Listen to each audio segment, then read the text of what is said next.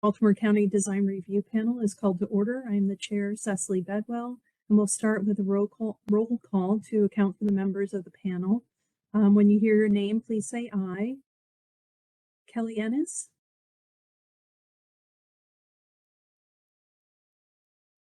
Cecily, Kelly is not joining us today. She had emergency and she will be not joining us today. Sorry, I forgot to mention it to you. No worries, thank you. I hope she's okay. Okay, Mr. Khan. Aye. Thank you. Ms. Ra.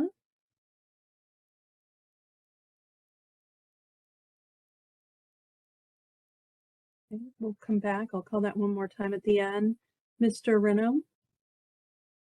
Aye. Raj Sharma, Mr. Sharma. Aye. Sauce, Ms. Sauce.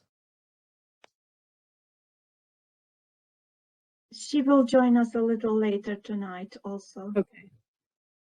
Very good. Mr. Stevens, James Stevens.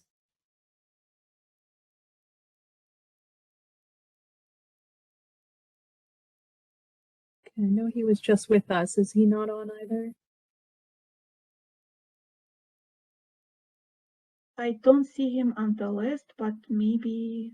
Is he an attendee? It says there's 3 there. Yes, but there are no Mr. I think someone just joined us as a panelist. Okay. Ms. Sauce just did, Julie Sauce. Hey, Julie, can you hear us? You're muted, Julie. I can hear you, but I'm having computer issues. I'm trying to troubleshoot as we go along. I apologize. That's okay. We'll check you in for the roll call. Lastly, Mr. Yusufero, Joseph Yusufero. He's not attending today, as Ms. Ra also. They both replied earlier that they unfortunately have a conflict for today. So. Okay, very good. So I have Donald Khan, I have Matt Renaud, I have Raj Sharma, Julie Sauce, and myself. So we're all set with a quorum. Thank you for that. And as far as the agenda today, Marta, are there any changes? No, there are no changes, Cecily. Thank you. Okay, in the May 2nd, 2022 email, the panel received the draft minutes of the April 13th, 2022 meeting. Has everyone had the opportunity to review the draft minutes? And if there are no corrections or addition, would someone like to make a motion to the minutes? Motion to accept the minutes.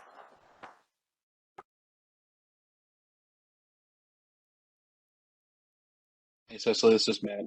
I make a motion to approve the meeting minutes. Thank you, Matt. Is there a second? Second. Great. And then we'll just do a roll call. All in favor, say aye. Aye. Aye.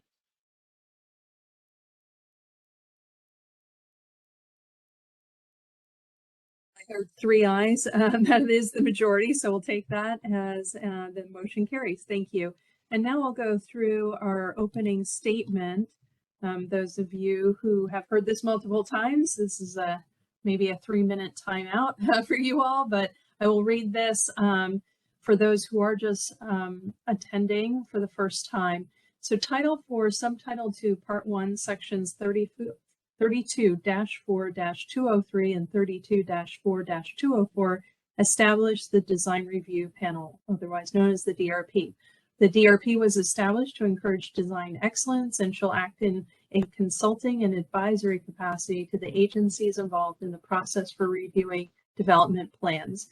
The objective for the DRP's assessment includes spatial, visual, and functional relationships to the topography, the natural and built features of the site, as well as the surrounding features, visual and functional integration of streetscapes, pedestrian ways, playgrounds, recreational amenities, and parks, streets, and sidewalks, that they're laid out in a safe and convenient manner and are a positive design element. Building, parking garages, and other structures are spatially and visually integrated and suitable to their surroundings in proportion, mass, and type of materials and colors, signage, and other elements of urban design.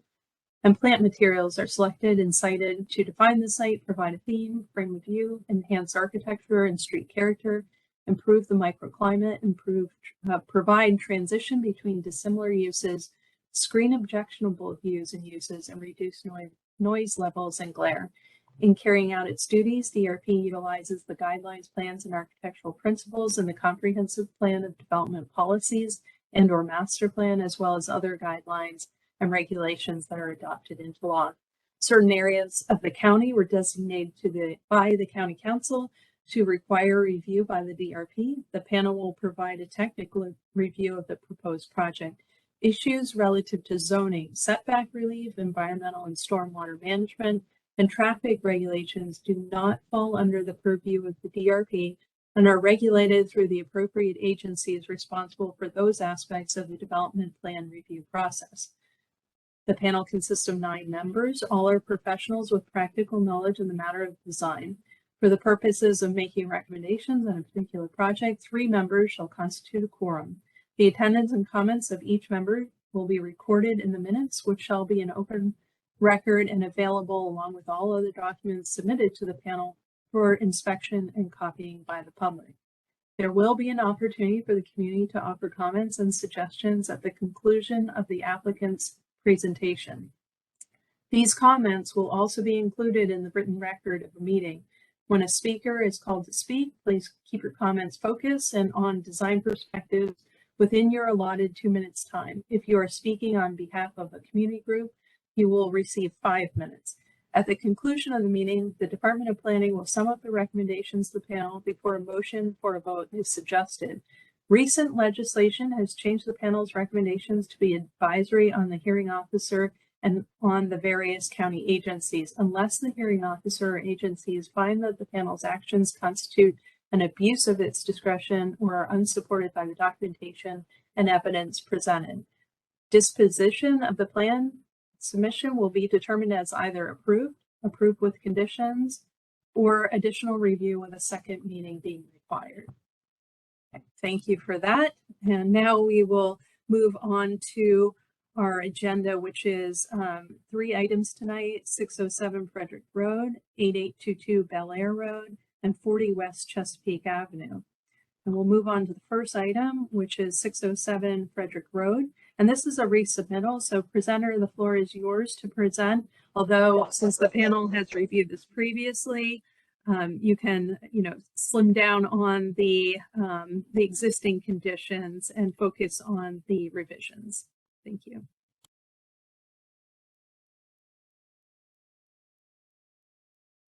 Okay, Rick Richardson. I'm here to talk about the 607 Frederick Road, which is a gas station in which they want to add a car wash to it. And I guess, Marta, you're going to move to the presentation.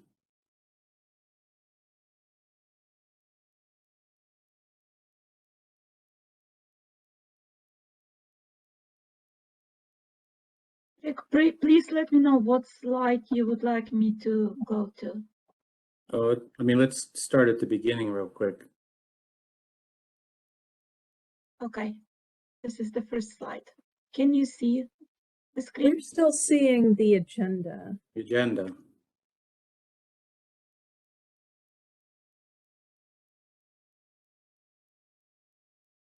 Just a second, let me try something very quickly here.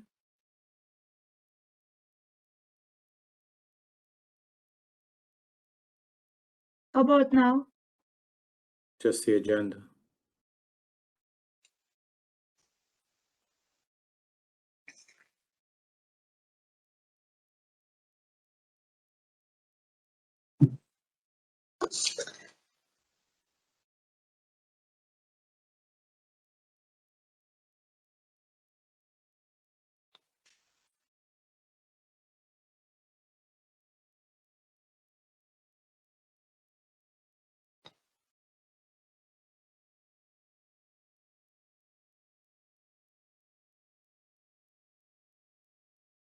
How about now?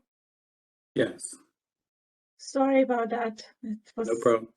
for some reason it was, yeah, it froze. Okay, so once again, this is a gas station that's existing there at 607 Frederick Road. The canopy has been converted over. They're changing over from what used to be a BP station to a ground station, and the canopy's been converted. And if you go to the next one, Marta. That's just another picture of stuff on the site, a building that's going to be removed. Next, please. Just a picture down the side street, which is Bishop Lane. Next, Marta.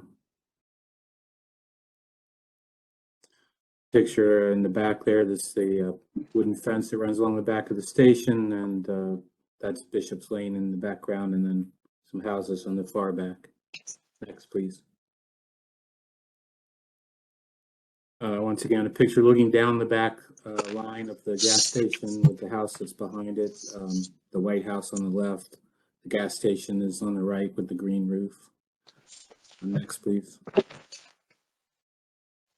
Picture east on Frederick Road, just showing the commercial nature. Next, please. Picture of going westbound on Frederick Road, showing also a commercial nature. Next, please. That's the building across the street. It's a car repair place on the other side of Bishop's Lane on the east side of the property. Next, please.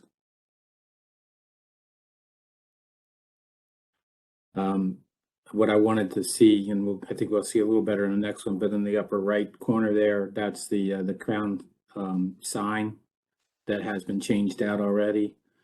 Keep going. Next one.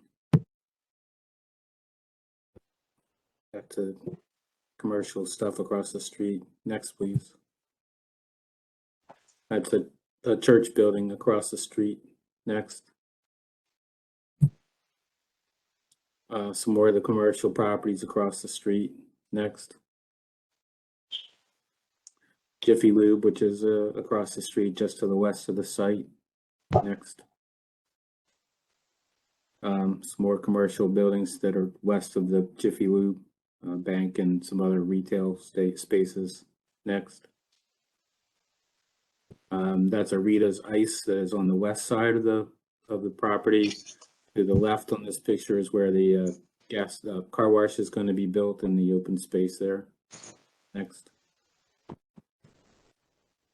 Once again, the drive-through for the Rita's. Next.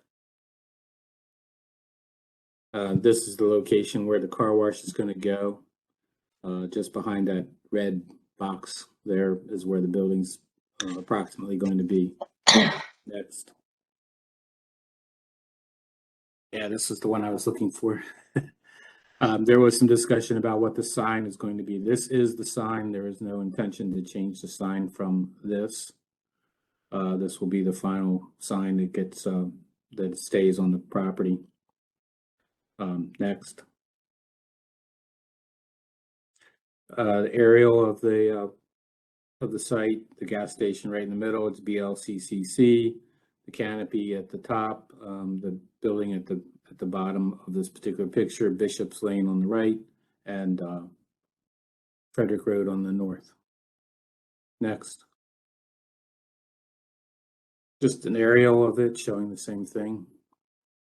Gas station, convenience store in the back, canopy in the front, Frederick Road running across the top, Bishop's Lane on the right side of the site headed down to the south. Next.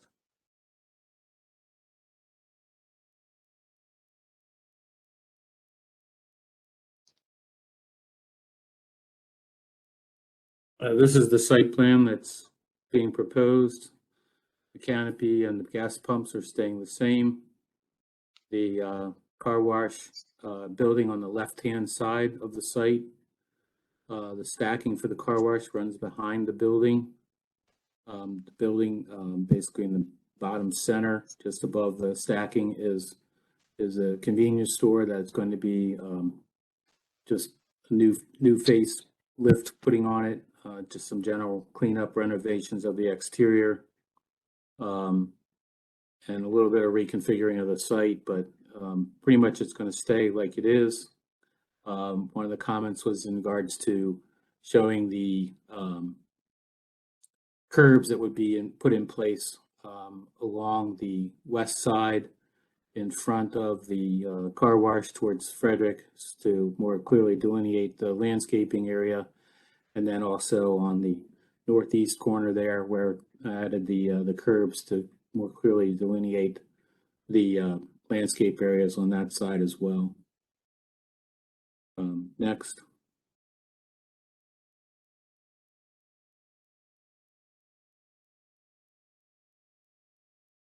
And this is the landscape plan as proposed, a schematic landscape plan, basically trying to create some green space where there isn't any along Frederick and Bishop's Lane. And then behind the site where you can see along the fence, there was nothing. We're putting a lot of landscaping in on that area as well. Next.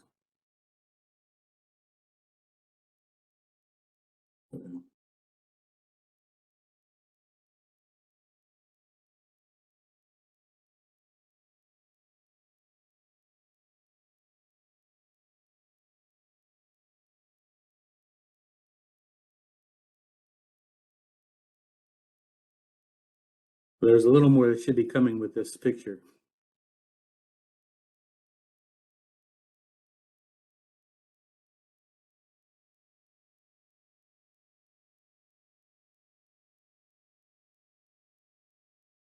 I'm trying to understand what's going on, but I may need to reload your presentation. Okay. Yeah, this is where we're getting to the major crux of the changes of the architect bringing plan up to the speed with the correct color scheme and signage and making everything look better. I guess we'll wait to see it.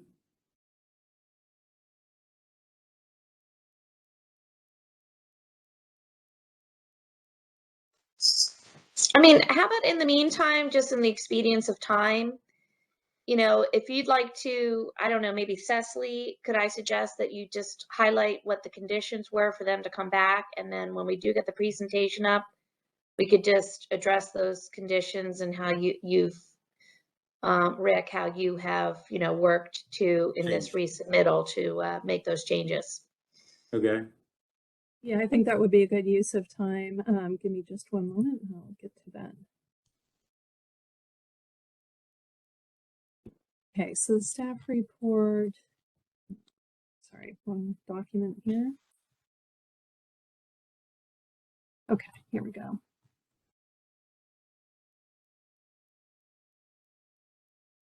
Okay, so the disposition from the last meeting was one, review and comply with the conditions in the Department of Planning staff report dated April 13th, 2022. Go back to that as well. Number two was clearly show the colors that are being proposed on the building elevations. I think we will be seeing that. Number three, the architectural elevation should be coordinated and consistent with the site plan, specifically the car wash door locations. For the curbing at the exit of the drive-through should be shown. And let's see, let me see if I can easily pull up the staff report from that last meeting. I'm not sure if I have that readily available. I'm sure I can hunt around, or Jennifer, maybe you can help me out with that. What did you say? What do you need help with? I'm sorry. The staff report from the previous, because a lot of the, you know, that sure. first condition or the first item under the disposition referred to that staff report. I don't have that handy at the moment. Yeah. Most of the stuff in that staff report was the things that were also highlighted in your other conditions, but not all. No, not all, because there were bike racks, there was landscape along the frontage, there were several things that were in addition that we don't Yeah. not repeat. Right. And I just uploaded the new presentation, trying to see if the elevations are there. And I will share once I confirm very quickly, because there are some glitches, and I apologize in the with the WebEx tonight. Okay, so with the staff report, some of the things that we had pointed out, there was discrepancy on well, there was issue with the drive-through behind the convenience store and the utilities. We wanted to label where the relocated utilities would go. We had concerns with the 2 parking spaces near the exit point of the car wash. And that there were also, there's parking requirements for 14 spaces and only 12 are being shown. And that bike racks should be provided per section 409.14A.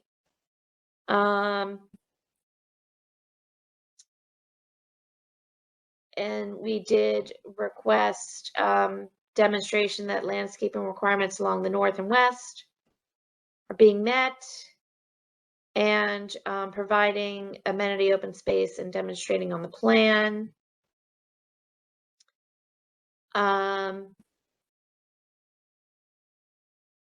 And what else?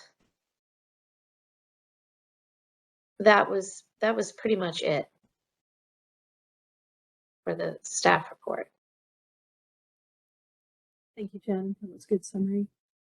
And so we'll turn it back to you now, Mr. Richardson, with the graphics now back up on screen. Great. So as you can see, the architect has brought in the crown colors, signage, and is now reflecting the up-to-date coordinated plan with the garage doors, or the overhead doors for the car wash being located where they're supposed to be. You can see the picture on the bottom left there is what's there now. At the top right is sort of the same perspective from the other side, and then at the bottom right shows head on to the car wash with the convenience store in the background and the color scheme that's going to be used. So next. So this is just basically the floor plans, the different structures, the car wash on the left, the doors on the right side, the convenience store on the bottom, and the canopy, which is staying on the top right. Next. And here are the actual building elevations. You can see the signage, the colors, which is all going to be the crown blue, as you can see in the canopy in the picture, and then also in the sign. And just all cleaned up and coordinated with everything. Next. Just some other elevations of the different elevations of the buildings that you didn't see in the other one, all with the same color scheme and showing the signs. Next. So the top one would be the materials on the building, brick and metal siding, I believe is what it is, and then the metal standing seam metal roof, that's the roof that's going to be used on the buildings. And then just a dumpster enclosure. And I believe that's it. So to highlight some of the changes, obviously the color scheme has been changed to match what's going to be done. The architectural stuff has been coordinated. Some of the questions in there in regards to landscaping, we have provided landscaping to the extent possible on the site. If you look back at one of the pictures along the front, you can see that it's a sidewalk right up to the curb, and then the drive area for cars getting gas right there. So there's no opportunity to put landscaping in the middle of the site, but we have created at least a 10-foot landscape strip along the other portions of the site. There you can see that. We've created at least a 10-foot landscape strip along everywhere else on the site. On the left side along Frederick Road, on the right side along Frederick Road, and all along Bishop's Lane as well. And then put landscaping in there. Can't think of some of the other one of them is the parking. Obviously, they were going for a zoning hearing on this case to get a new special exception for the car wash, and we will also be requesting a parking variance for 2 spaces to go to 12 from 14, which is required. In regards to the two spaces out at the end of the car wash there, the car wash is required to have two spaces for drying. And we see those spaces as primarily used for that purposes. So that's why there's 2 spaces there. We don't think that's a problem with the car wash. This is a rollover car wash, so vehicles will be exiting out of here at the maximum rate of about 1 for every 90 seconds to 2 minutes. So I don't think that's going to create any kind of problem with people parking and or leaving out of there and running into the gas station where the car wash people who are exiting there. What else am I missing, Jen?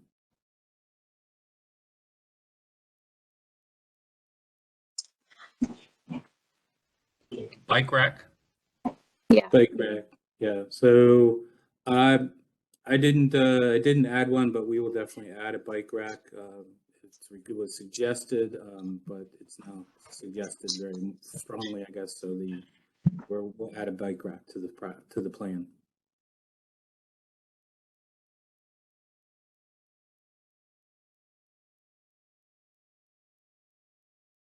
Well, thank you, Mr. Richardson. And at this time, the floor will be open for public input and or feedback from the community. Just a note, if you are representing a community group, you'll have 5 minutes to speak. Those who do not represent a community group will only have 2 minutes to speak. Marta, are there any speakers sign up? I don't see any speakers sign up on my end, but let me check with Emre and Brett and Jen. Is anyone requesting to speak? It's nothing in the chat. I did not receive anything. Same. Okay, thank you. Well, nobody's queued up. Then Marta, would you please read the staff report? Yes, Cecily, and just give me 1 second, please, since we had these technical glitches. I need to reload everything that Understand.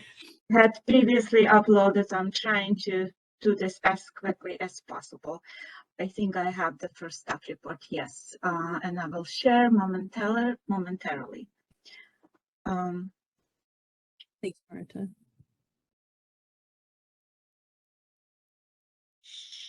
Can you see my screen? Yes. Perfect. So as always, we prepared our staff report based on the Comprehensive Manual of Development Policies, the Catonsville Plan, and Baltimore County Landscape Manual.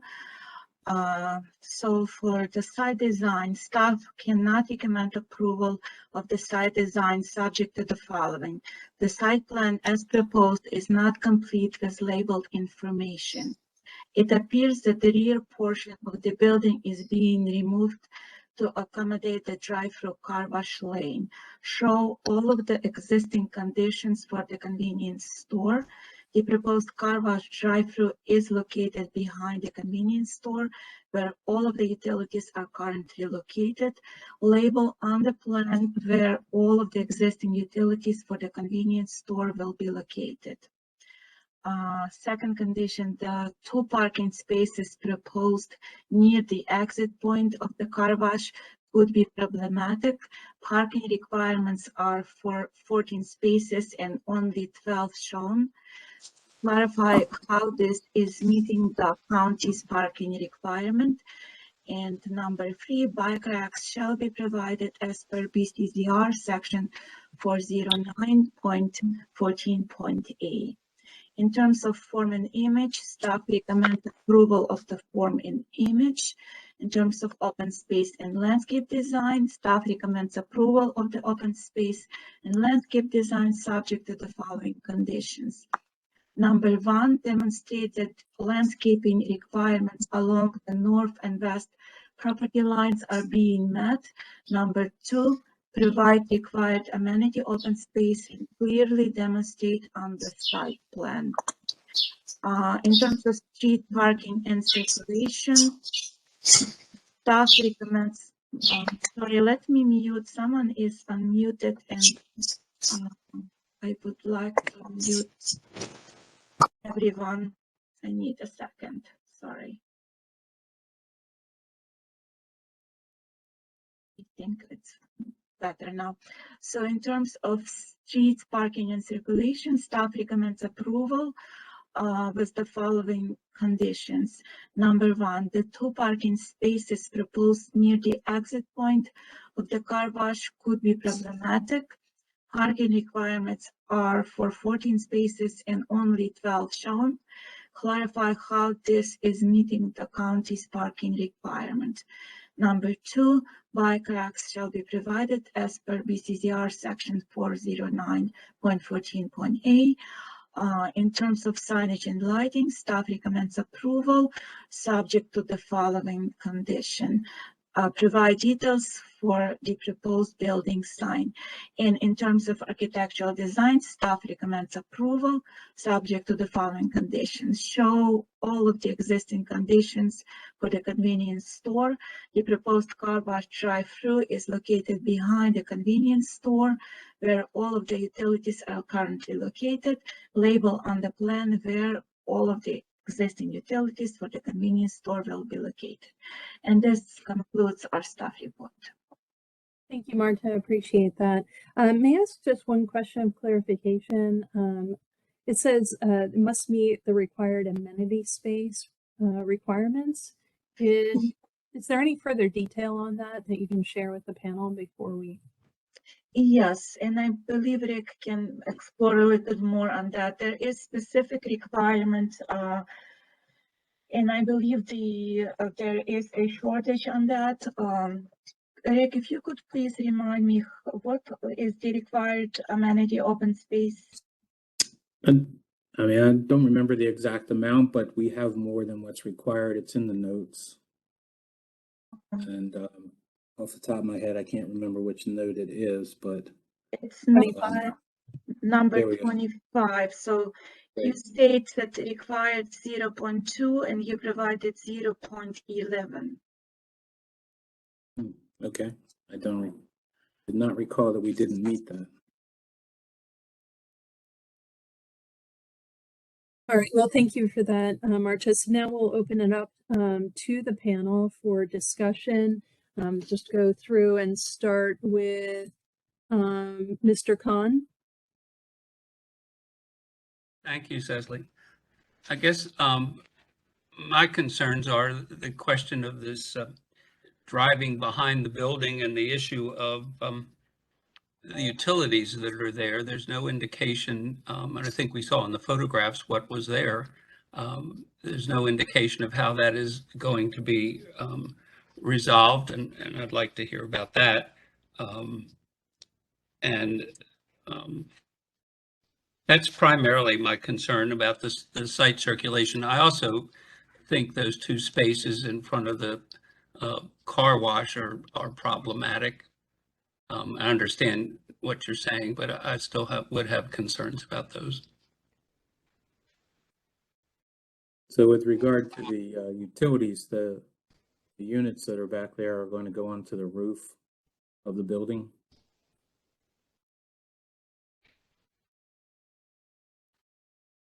But then that's a pitched roof. Yeah, it's a pitched roof on the front, but they can create a flat area in the backside. And Does I that think show on the architectural set? I don't know that he showed it that way on the architectural set, but that's I don't believe he does. What's the That would intention? be a question of coordinating this. that was the intention. So no, I don't see it there. Should be on the bottom right-hand elevation right there. That's the back side of the building. It should show the units in there. Is there a well that's created in the center of the building? I mean, it does look like there's a, you know, the hip only goes up to a certain point. If there was a well in there, that would conceal the utilities on the roof.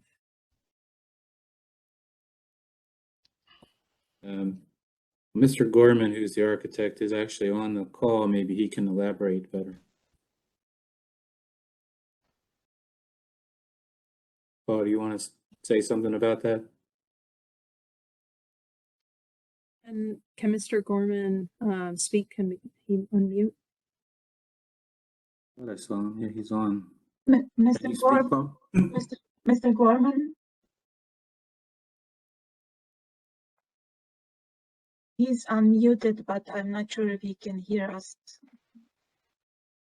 Yeah.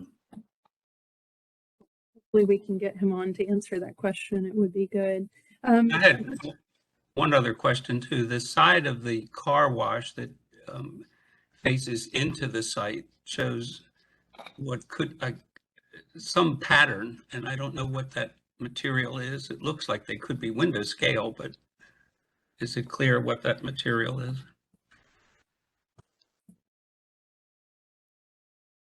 It's noted on that elevation in the middle of that page.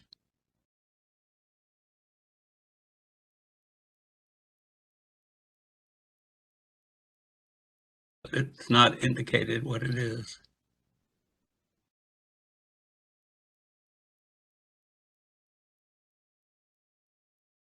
He has looks like it just says it's an EFIS system.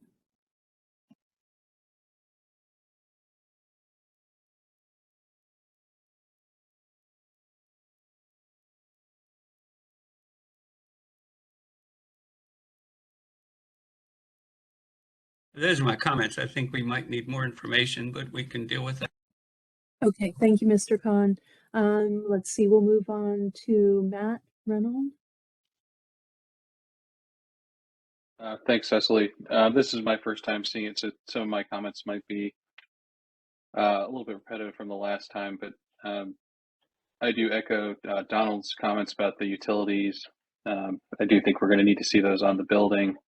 I too have concerns about the 2 parking spaces at the exit and also the exit out of the car wash. Cars are going to be coming right in as users are coming into the property. So I don't know if there's going to be a stop sign or some signage there to stop users from coming out of the car wash, something like that, but it seems like there could be some conflicts there. The dumpster location, I think that a lot of effort's been put into the facades of the building and the architecture, but the dumpster just kind of looks like an afterthought. It doesn't seem to be a very high quality type of installation, so I would recommend a higher quality treatment to tie that in with the building. I also potentially would recommend shifting it to the other side of the building. It looks very close to the car wash. I would be worried about the garbage truck trying to line up with that and open the doors and have the facade of the car wash building be hit by the garbage truck. It just seems like a pretty tight maneuver, especially in the winter. So it's just something to consider. And then, let's see, I had one more here. And then just on the site plan, on all of the existing conditions, besides the utilities, there obviously with the service station, there's a lot of other equipment, the vacuums, the hoses. There's a lot of things that just aren't showing up on the site plan. So, if we're low on open space area, I would assume that those elements are going to be placed in the landscape areas, which would further impact that number. And it would be nice to see where those elements are going on the site plan. Thank you.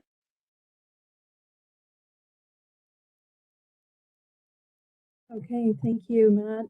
Let's see, Mr. Sharma. So I do agree with Mr. Khan's concern about the parking spots. And also I recall last time somebody has a concern about the car wash entrance and exit. I don't exactly remember, but my question is that concern been addressed? I think one of the comments was that the building elevation didn't show the alignment, that the exit door was offset. So that's one thing we discussed. I think we did discuss the dumpster location and the aesthetics of it, but it wasn't a specific motion that we had. I don't remember anything else with the exit of that. Those were the primary concerns and conversations. Okay. Not. Okay. Anything further, Mr. Sharma? No. Thank you. Thank you. And Ms. Sauce, if you're on, and you're up next. Thank you. I just have a question and concern about the safety at the back of the building. I don't see any wall pack lights or anything on the existing store area. Sorry if I missed your explanation of that due to my computer issues. And I know there's a residential, I know there's houses right behind there, so we don't want to light it up, but I'm familiar with the area, and I know there's been a lot of trash and issues with vagrants in the area. So I just have safety concerns for that back area.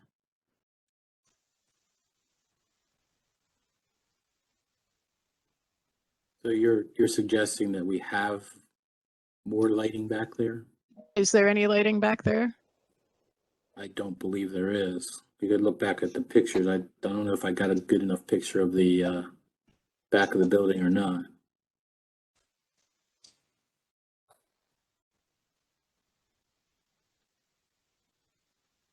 I just think there needs to be a little bit of lighting back there for safety issues. That's my only concern and my only comment. I think everything else, I echo some of the comments about the dumpster location and the concern for maneuverability.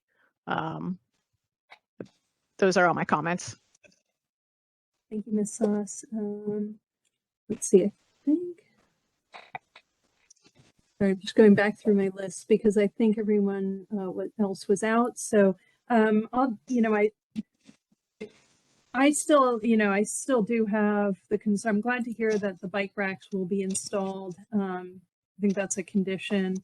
I don't know if having those two spots near the exit of the car wash, if they could be reserved for car wash. I guess patrons only, that might be a solution to limiting the conflicts and the timing there. I don't know if that would then affect your parking further if those spots are reserved for that.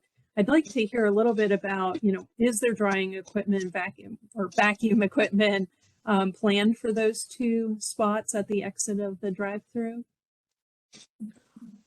A vacuum would require additional parking spaces. So you are not planning to have a vacuum available? No.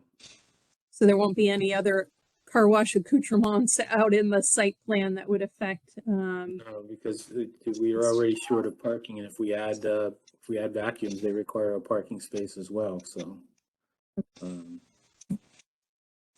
I think beyond that, I mean, I think my colleagues' discussion points and the staff report hit on all of the issues that were mentioned. So I will see if that nobody else has any other comments, then I'd like to see if someone on the panel would like to make a motion. Cecily, I have one other question we didn't ask. Is there actually a requirement that there be an exit on Bishop's Lane? I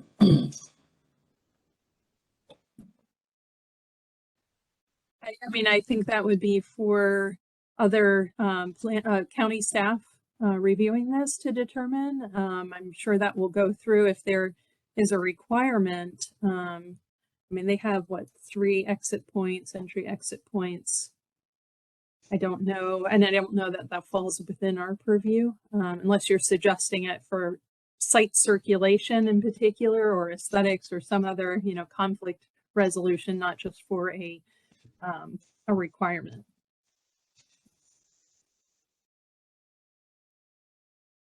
I guess my question was, if it were not there, then there's a lot more flexibility in adding cars and maneuvering the dumpster, and it might simplify some of the site circulation. I see. I don't know if anyone on the county staff can answer that, if that extra. What's the specific question we're asking? Is there a requirement for a second entry exit on Bishop's Lane, with the suggestion that if that was removed, it might help some site circulation, reduce conflict points? If the Bishop's Lane entrance was closed? Yes, specifically, is it required by any zoning regulation that they have a? No, that's not. I mean, if those are existing entrances, it's within their right to utilize them. The ingress and egress on Frederick Road, which is a state road, is regulated by the state. I don't believe that DPW would have them close Bishop's Lane. Yeah, I mean, in terms of, it wouldn't really allow you, just throwing my thoughts out there, it wouldn't really allow you to gain a parking space, I don't think, because you'd still need that turn to get into the car wash lane. You might be able to pick up 1 space, but I don't think you would get 2 out of it.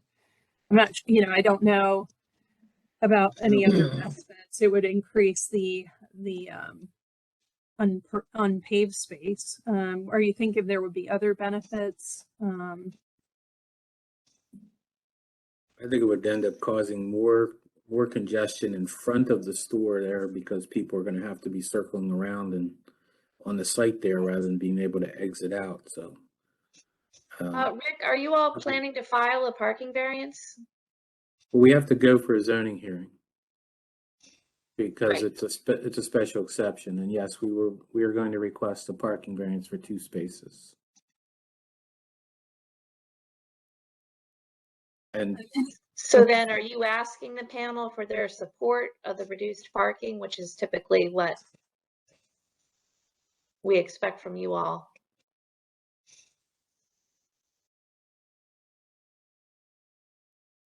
You know, whatever you're presenting before the panel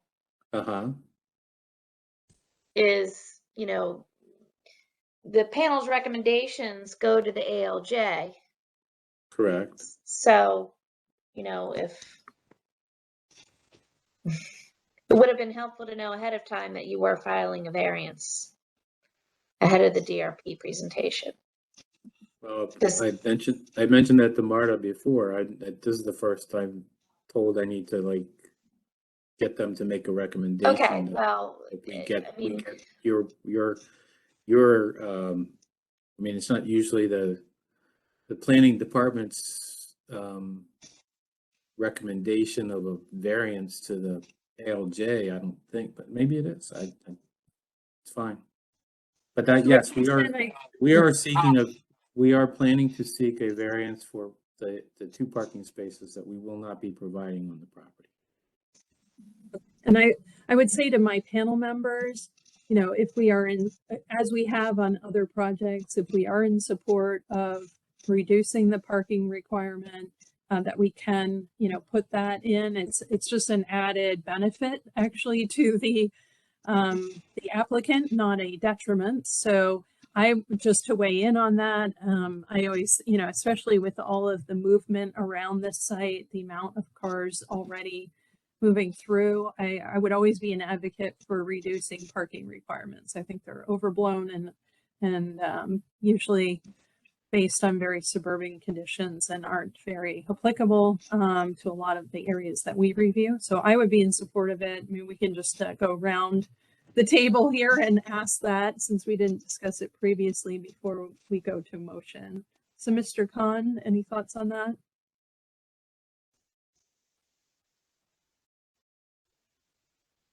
Yes, I would move that we approve the project with the following conditions. But Mr. Khan, before you make that motion, which I'm glad you're volunteering for, but just on the note of the reduction of parking requirements by 2 spaces, are you in support of that? Yes. Okay. Matt, are you in support of that? Yes, I would be. Okay, and Raj, Mr. Sharma? Yes, I am. Okay, and finally, Julie Sauce, Ms. Sauce?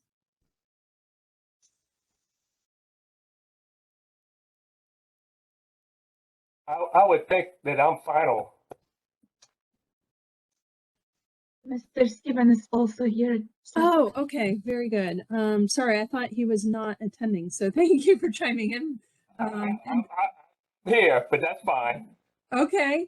Well, sorry, when I did the roll call earlier, we did not hear you, but do you have any, okay, so you are in support of the parking, and then Ms. Sauce, I did not hear from you.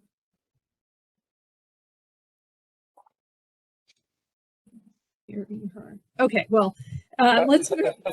I have one other comment, and Yes. that is, we're going from 14 to 12, but Rick, you may really want to reassess that dumpster location, and because it really is snug against that building, and as far as vehicular movement in and out, and especially during the winter, that's going to be a conflict. So I'm not, you know, I don't know if I'm saying go from 12 to 11 to really accommodate that in the best fashion, because I mean that's my opinion there. But as far as the exit from the car wash, I see that as a potential conflict with vehicular traffic. To be just to kind of, you know, to tag on to what everyone else has said, it's going to be a conflict. I mean, you're going to have cars that's going to exit, and there's the propensity of them trying to park back into one of those spaces and to wipe the car down also. So if you don't even have, you know, an area where they can actually vacuum out the car, there's going to be some that's going to park there anyway.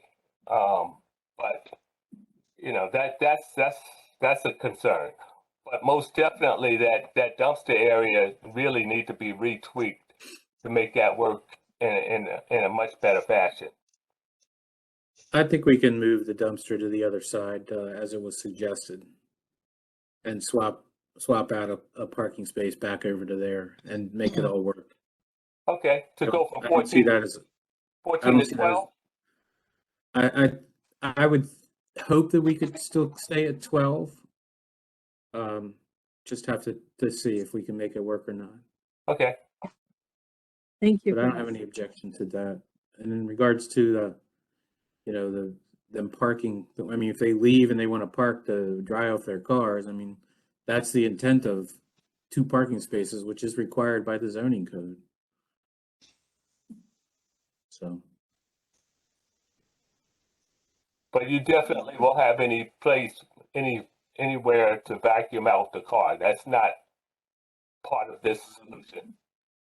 once again, if we do install vacuums, then it's a larger parking variance. So, Gotcha. Okay, thank you. And thank you for addressing that willingness to flip the dumpster location. I think you've heard from a number of folks on that. So back to the panel, if there's someone who would like to make a motion, I'd welcome that at this time.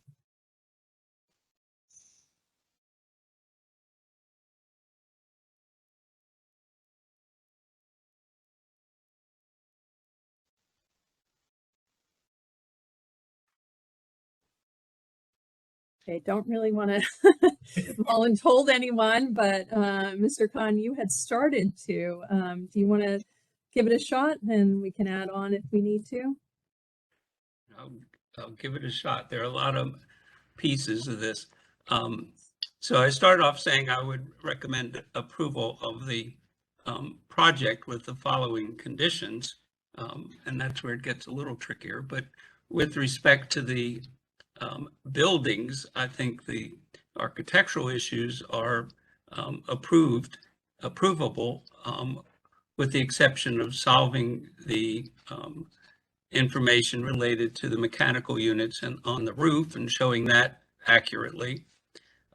Also being more clear about where the location of various materials are around the buildings, particularly with the car wash building. I would recommend that the dumpster be relocated to the other side of the convenience store,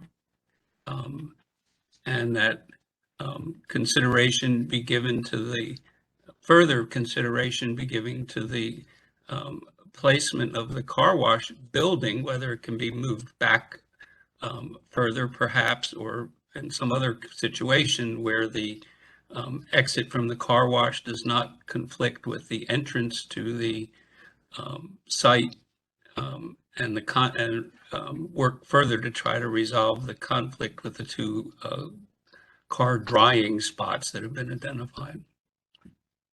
And I guess one other item would be the addition of some lighting at the rear of the convenience building for security purposes and safety.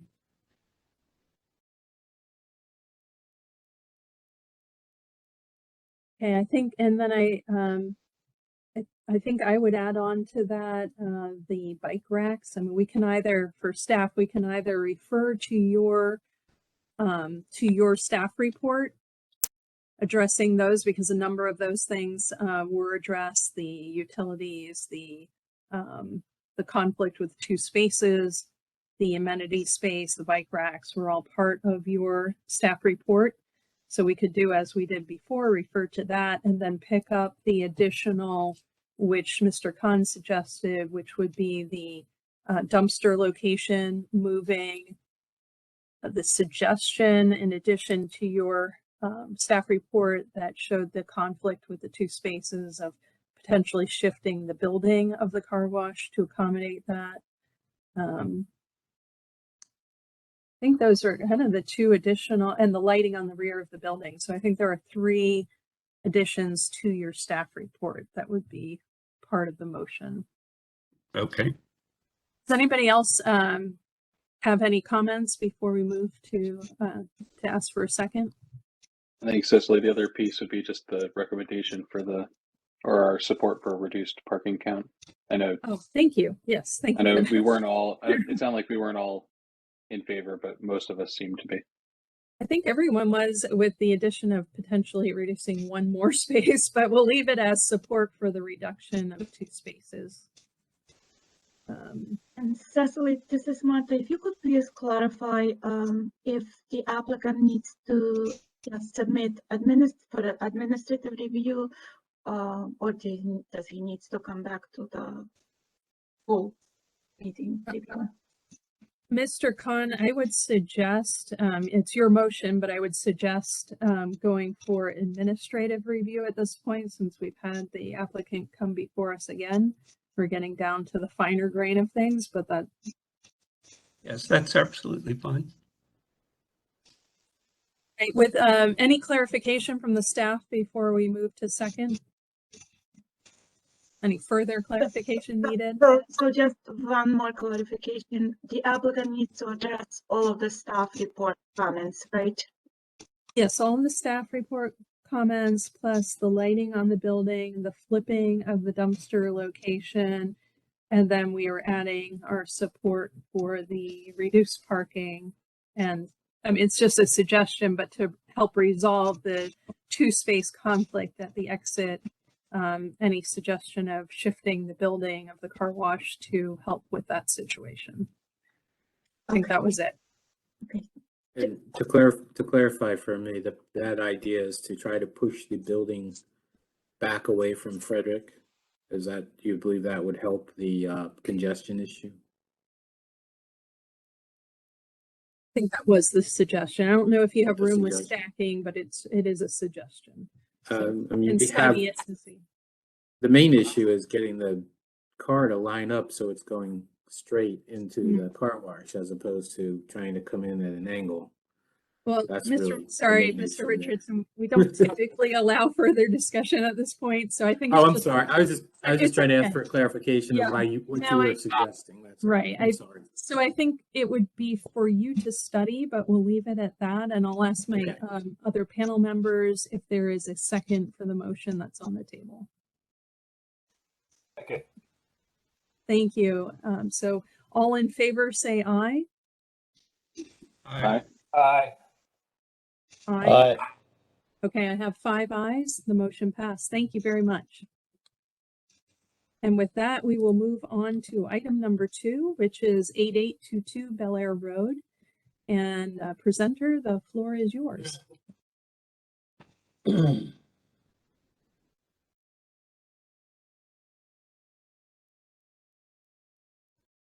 Good afternoon or evening, everybody. My name is Matt Bishop. I'm with Kimley Horn, and I'll be your main presenter for the 8822 Bel Air Road project. I also have with me Paul Marchese, who is the owner and developer, and Brian Olson, who is the architect with Scorpa Design. Marta, can you pull up our presentation, please?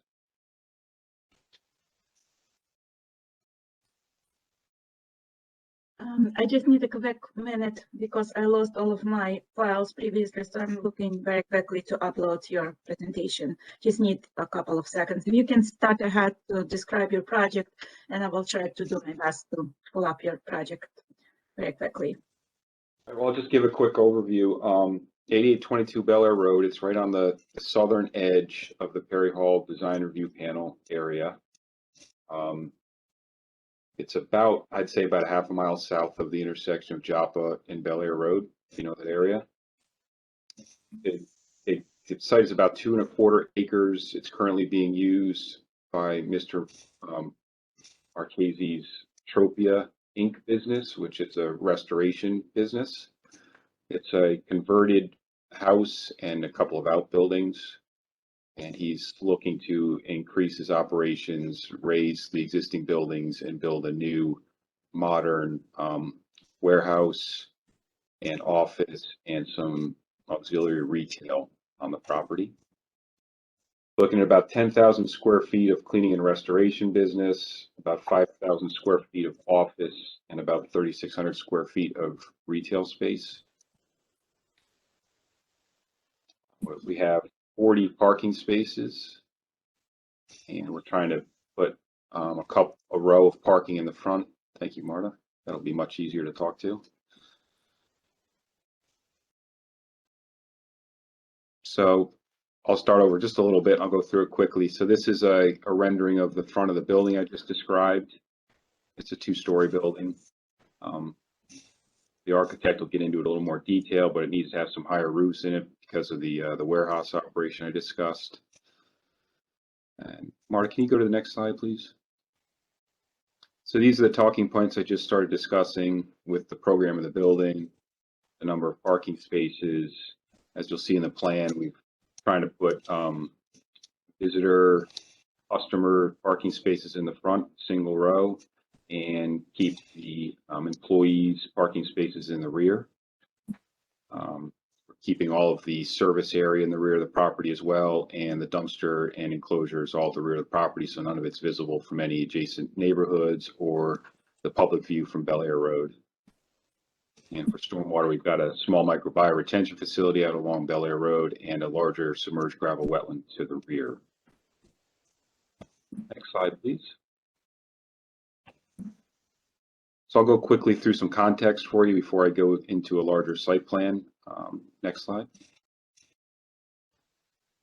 So this is an aerial of the site with a little bit of context. It's a heavily commercialized area. There are various stages of redevelopment within the area. On the right, you can see some larger buildings that are a mix of office and retail and restaurants. Some of the buildings on our side of the street are converted residences that are businesses now, and I'm sure will be continue to be redeveloped as we move on. Just to our south is an overhead transmission line easement, and on the other side of that is a larger shopping center. Next slide. And this is just a little enlargement. It shows you the location of some of the outbuildings on the property. There's a house in the front and then a garage building in the back. There is an existing stream in the back, which generates forest buffers and some environmental issues and a floodplain that we have to deal with, which is part of the driving force of our layout. Next slide, please. So this is a street view of the existing home and the garage I mentioned in the rear. Both of these would be removed. Next, please. And this is just going north on Bel Air Road, an undeveloped side yard of the property. Next, please. This is the adjacent property going north. I hear it's currently starting to go through the process for redevelopment as a fast food or quick serve restaurant. So there is other activity in the area.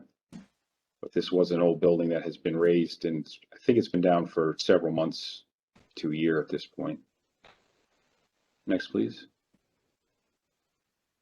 And continuing moving north on Bel Air Road on our side of the street. These are the houses I mentioned that have been converted to businesses over the years. Next, please. Now this is flipping to the other side of Bel Air Road. This is a strip center with varying uses in it. Next, please. And this is the next shopping center south. It's been, I think, 3, 4, 5 years since it's been redeveloped. It's fairly new. Next, please. And this is directly across the street from our property. It's a office building that's been around for quite a while. And you can see the overhead utility lines that are adjacent to our property as well. Next. Those are the transmission lines to our south. Next. And this is the Patient First, and then there's a shopping center behind it, and that's directly to our south as well. Next. And quickly, just to give you an idea of zoning, it's all commercial in the area. Somehow there's a little strip of DR1 at the rear of our property, but we're surrounded by RO and BM and BL and office. So it's all commercially zoned. Next, please.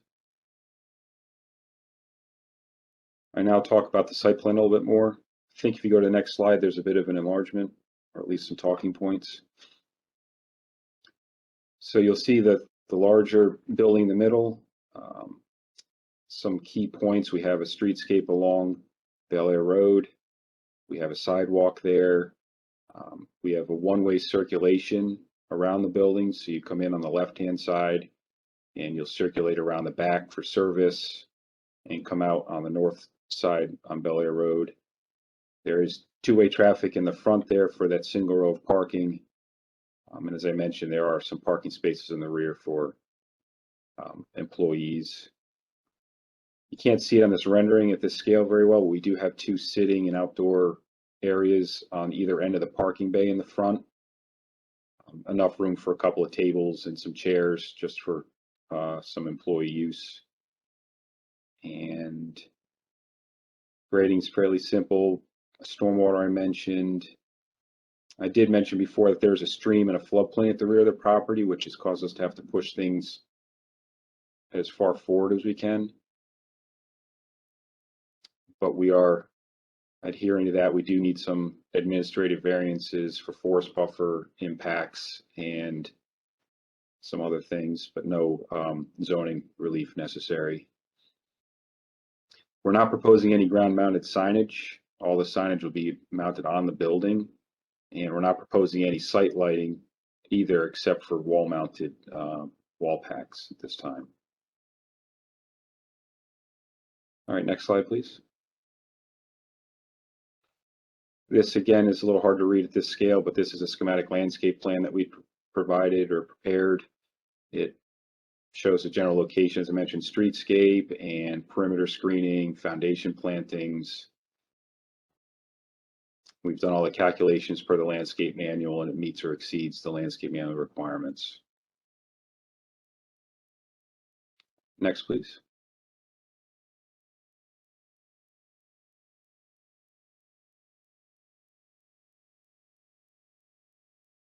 So I'm going to hand this over to Brian to discuss the architectural design a little bit, and we'll answer any questions you might have. Good evening, everybody. Can everybody hear me okay? Yes. Okay.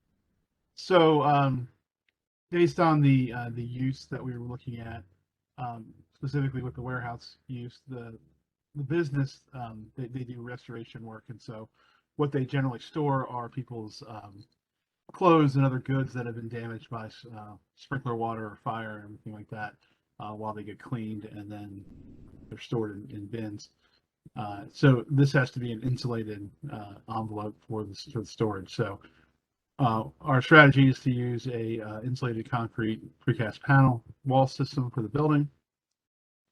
And with that wall panel system, we're using a very modern aesthetic, utilizing some brick patterning. You can see in sort of the darker gray areas.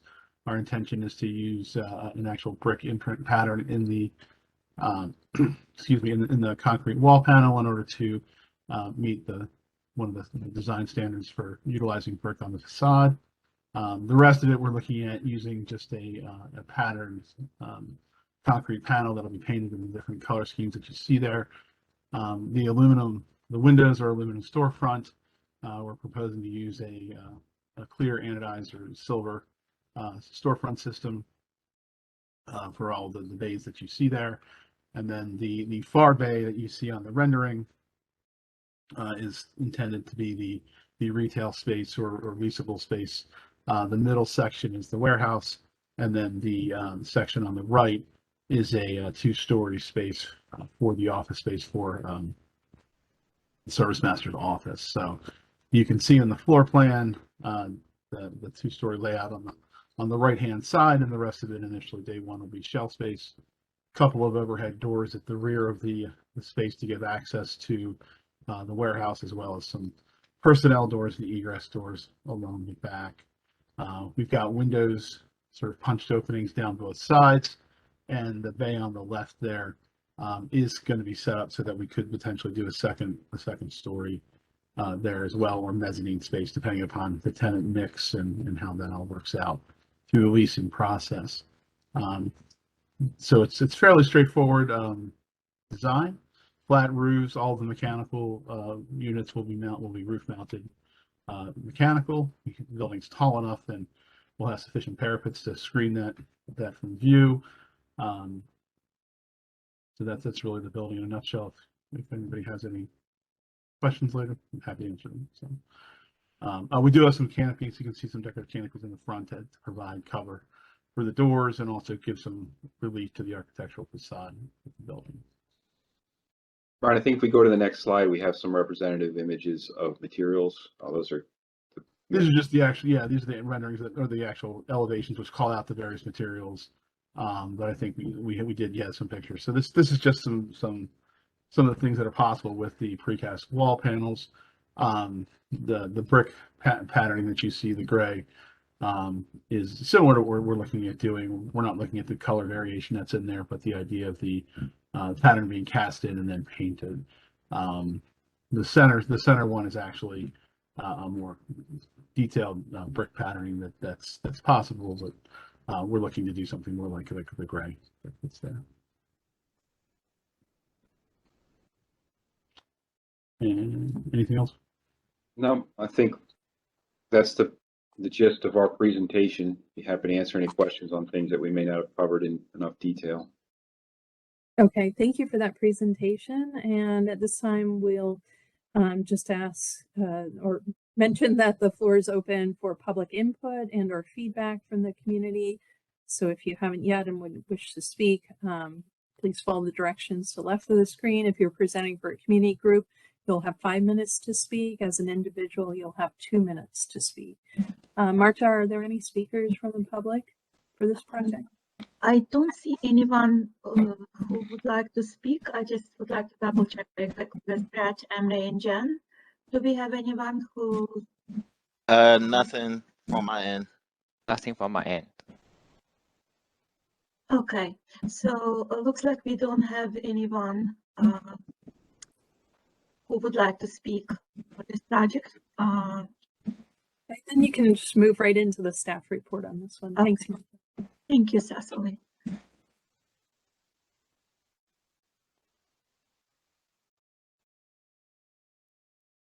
So I will just start with our staff report. We prepared our staff report based on the Comprehensive Manual of Development Policies, Perry Hall Community Plan, Baltimore County Landscape Manual, Baltimore County Master Plan 2020, and Resolution number 73-20 adopted by the Council on July 6, 2020. In terms of site design, staff cannot recommend approval of the site design intent based on the following. Per Resolution number 73-20 adopted on July 6, 2020, if an existing building is being repurposed, parking bays should be located along the sides and rear of the lot, and parking should not be provided in the front. For new construction, any building shall be placed as close to the road as possible, with parking provided at the side or in the back. For form and image, staff recommends approval of the form and image. In regards to open space and landscape design, staff cannot recommend approval of the open space and landscape design based on the following comments. Number one, provide confirmation from the county landscape architect that condition L, performance-based business zones for the Baltimore County Landscape Manual, is met. Number two, indicate and label on the plan outdoor seating areas. Number three, provide the details of the proposed dumpster. The proposed dumpster enclosure should meet the requirements of the Baltimore County Landscape Manual, Section 3H. For streets, parkings, and circulations, staff cannot recommend approval based on the following. Per Resolution number 73-20 adopted on July 6, 2020, if an existing building is being repurposed, parking bays should be located along the sides and rear of the lot, and parking should not be provided in the front. For new constructions, any building shall be placed as close to the road as possible, with parking provided at the side or in the back. And for signage and lighting, staff cannot recommend approval of the signage and lighting design based on the following. Number one, based on Resolution number 73-20, ornamental street light poles shall be installed that duplicate the look and spacing of those constructed at Perry Hall Elementary School. Provide details for the proposed light fixture to demonstrate that this requirement will be met. Number two, provide lighting for the proposed parking at the rear of the property. Number 3, provide details for any proposed building mounted lighting. Number 4, provide details for any proposed signage on both building and ground mounted. Number 5, provide directional signs at the entry exit to direct the proposed one-way circulation. Indicate locations on the site plan and provide details. And in terms of architectural design, staff cannot recommend approval of the architectural design based on the following. The resolution number 7320 outlines that new buildings should be predominantly designed with brick. The building design should comply with this requirement. And number 2, floor plans do not seem to match the building elevations. Clarify final design of both. And this concludes our staff report. Thank you, Marta. And with that, we'll move to the panel discussion. We'll go probably in opposite order this time and start with Mr. Stevens.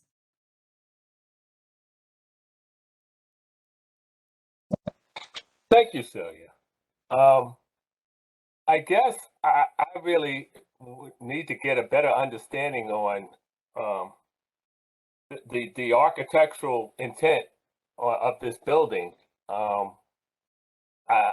Can we see the exterior elevations again?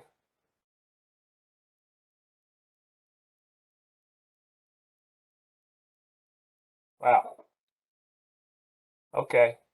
And you're basically telling me that that is a precast concrete panel that's basically indented with a brick forms, and it's basically a gray. It's not. Am I reading that right? So maybe I misspoke. Yes, you're correct. It's a precast panel. If you go to the actual rendering, you can actually see the differentiation. My intention is not to do the entire thing patterned in brick, because I think a building that large that's a homogeneous material would just be too overpowering. The intent is that the darker gray areas, the vertical columns, and the base of the building would be done in the brick patterning, which would be painted a warm gray to match the beige that's there. And then the rest of the building would be that two-tone paint of the concrete panel with a more smooth finish to it. And I guess the area that's in the middle part of that warehouse is just an indentation of the panel, of the concrete panel. Correct. It would be like a reveal panel that would be patterned with. What I did there is I took and kind of mirrored the mullion pattern of the window, but in a recessed concrete piece. That's what that is.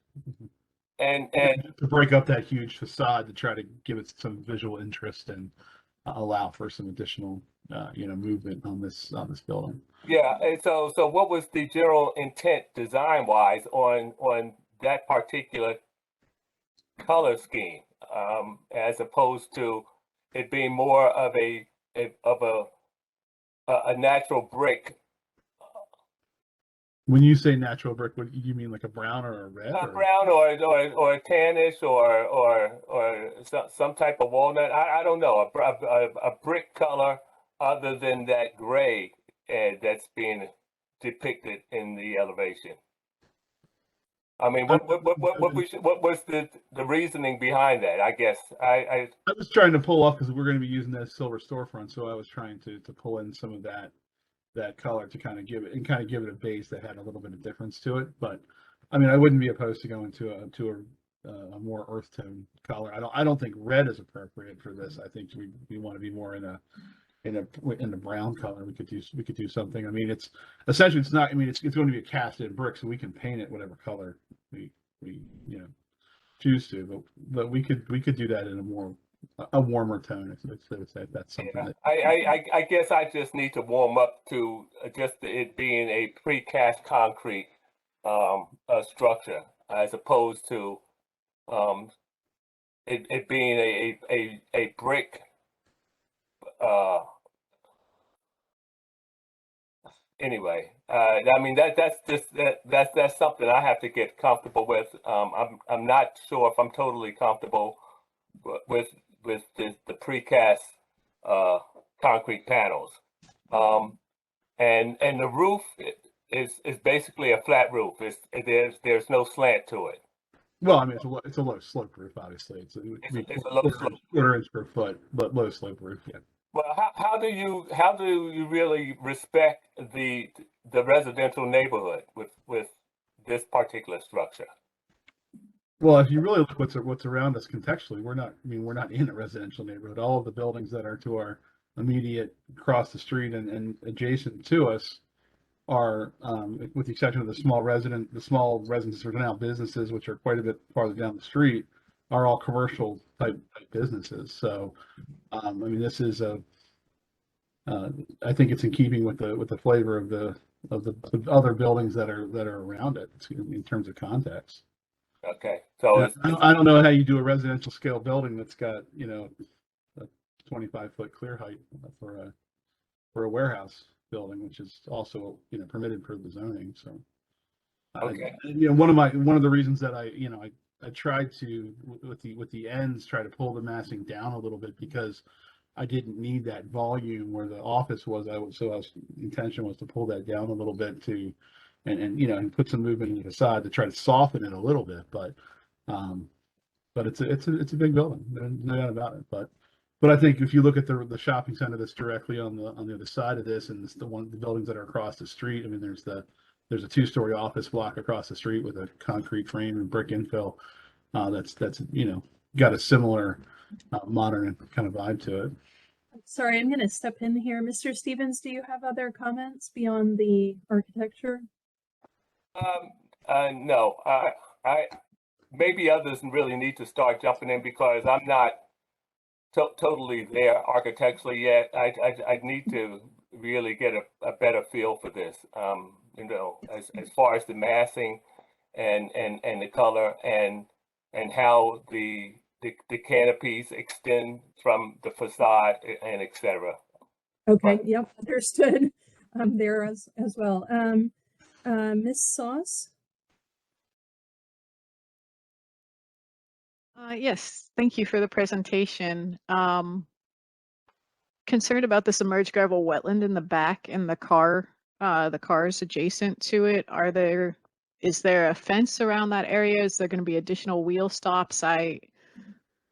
With the experience that I've had, I think if somebody's not really paying attention, a curb's not going to stop a car from going over into 3-to-1 slope or greater. So I just have some safety concerns with that area back there. I think that's a good point. We would definitely have a fence around it. We can show you what kind of fence we're thinking about using there, but it will be a combination of wheel stops and a fence. Okay, and then the microbio along the front, it looks like you have a row of shrubs around that next to the sidewalk. Are you planning on planting that?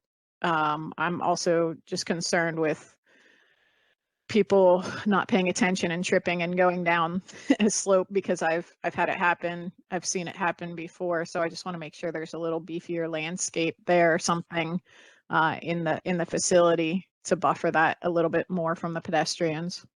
Yeah, I agree with you. We have a ring of dense shrubbery around the entire perimeter so that people are deterred from inadvertently stepping into it. Right, I get that, but I like to see like at least a double row of plants, because inevitably if they don't get watered, if they're not taken care of and they die, then there's nothing there, and then again that's a safety issue. So I just like to see a little bit more landscape, even if it's broken up into chunks, just to create that barrier, a stronger barrier. But I think the design is very thoughtful with all the constraints that you had to do, or at least the site layout. And I think that was a very well said presentation. So thank you. Thank you. Thank you, Ms. Sauce. Mr. Sharma?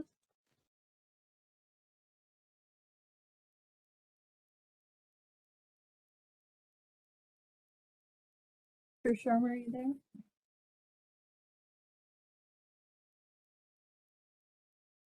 And I'm looking here, on one side it's a 12 feet Other side, probably, I guess it would be the same thing, and there's truck parking in the back. Correct. There's it's vehicle parking for employees in the back. There are two overhead doors in the upper left corner of the building, and we've intentionally made that paving area large enough so that the box trucks that are used by the business can maneuver in there and back in and out of those garage spaces. All right. We did push the trash enclosure way in the back corner there, so it's pretty much invisible to the general public on Bel Air Road. On that upper left-hand corner? Correct. Yep. Yeah.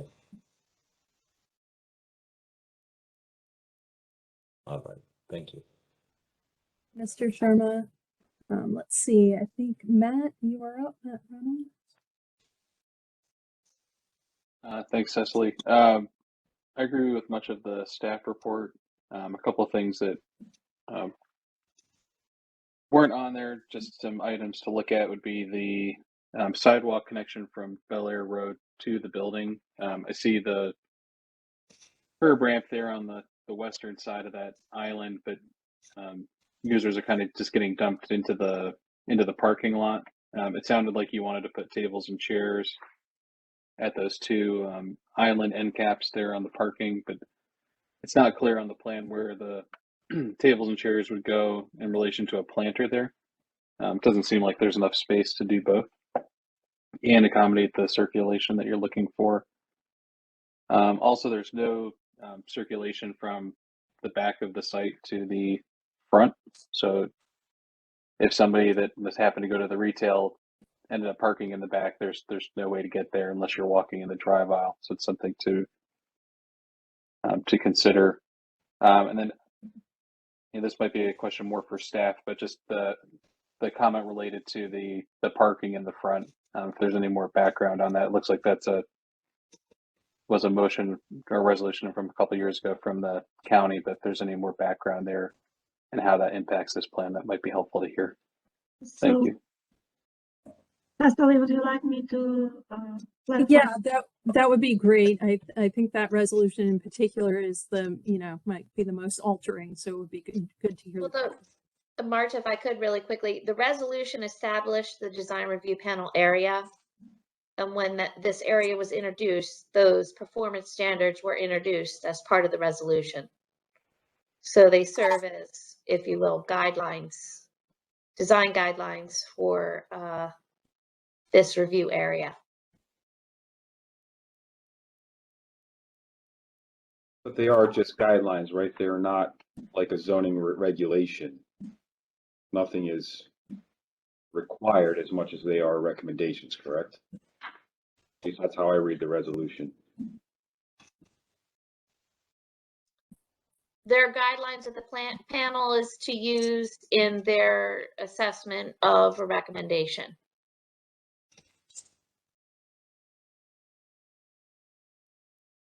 Anything further, Matt, before we?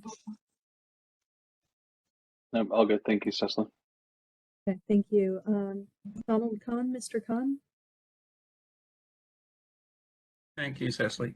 A question for the staff in their first recommendation about the site plan and the parking in the front. As I read the resolution, it does allow for one row of parking in the front. And I'm curious why the staff would have recommended that they can't approve that. Is there any response to that? I did look it up and read it, and it basically allows one row in front, which is what this plan does show. Mr. Khan, is this the 7320 resolution you're referring to? According to 7320, it does say it. I can bring up the resolution. The way we read it, it's not allowed, but I can bring up the resolution.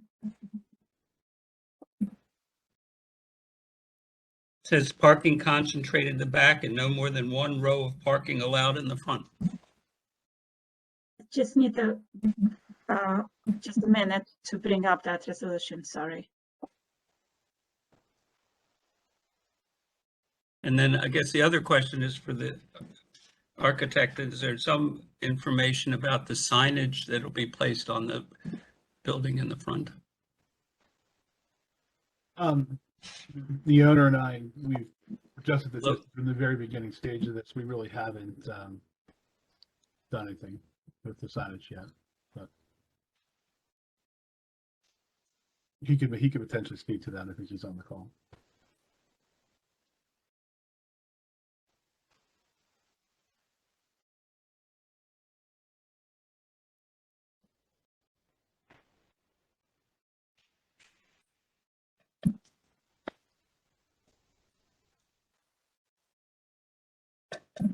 Okay. Was that struck at some point? I was.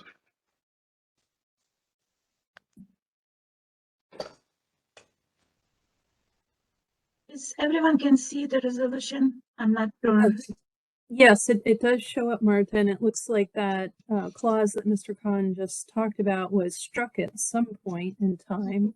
Yes, this is how the resolution is revised because there were previously adopted resolution, I believe 2 of them, but this one the most recent one, and this is how it is looks like as of now. Mr. Khan, anything further, having seen that? Was there some discussion about the signage?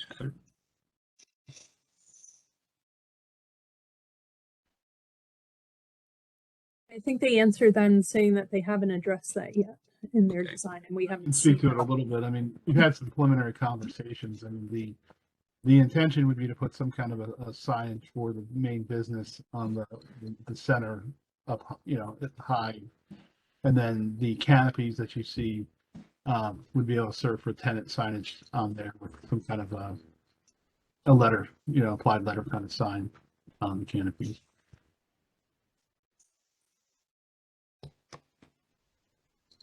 So if you go back to that rendering, I can show you what the communication was. So that it's sort of in that circle that you can't really see there. That centerpiece that's kind of a square is where we would intend to put a primary sign for the service master business, and then the canopies along the left side there could serve for the tenant signage for each individual bay for the tenants. And those canopies are about 2 feet tall, so you'd have maybe 18-inch, 12-inch letters, and those for the various businesses.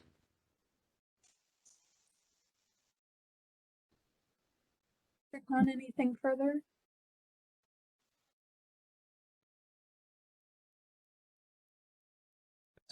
That's it.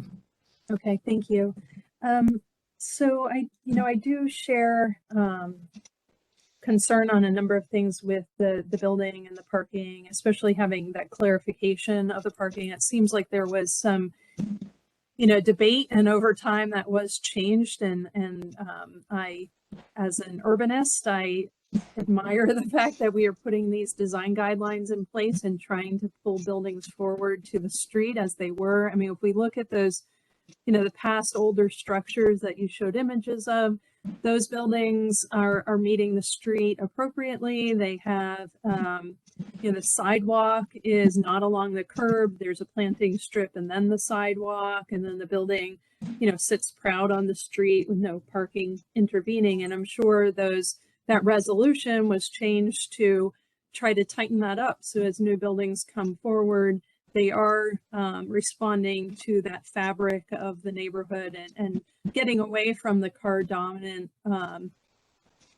approach that we had at some point in time. So I do see that as a turning point, and that's fairly important, and that resolution makes it pretty clear. So I would be fairly strong on that point, saying, I kind of understand that there might have been agree somebody might have been looking at a past resolution, but it is pretty clear in the current resolution that that is the intent, not to have a single bay in front of the building, but to have the parking situated. And to build off of Matt's comments, I think that, then if the building is pulled forward, the parking is moved to the rear, the sidewalk connection to the frontage along Bel Air becomes stronger. There would need to be stronger circulation, sidewalk circulation, pedestrian circulation through the site to those rear parking spaces.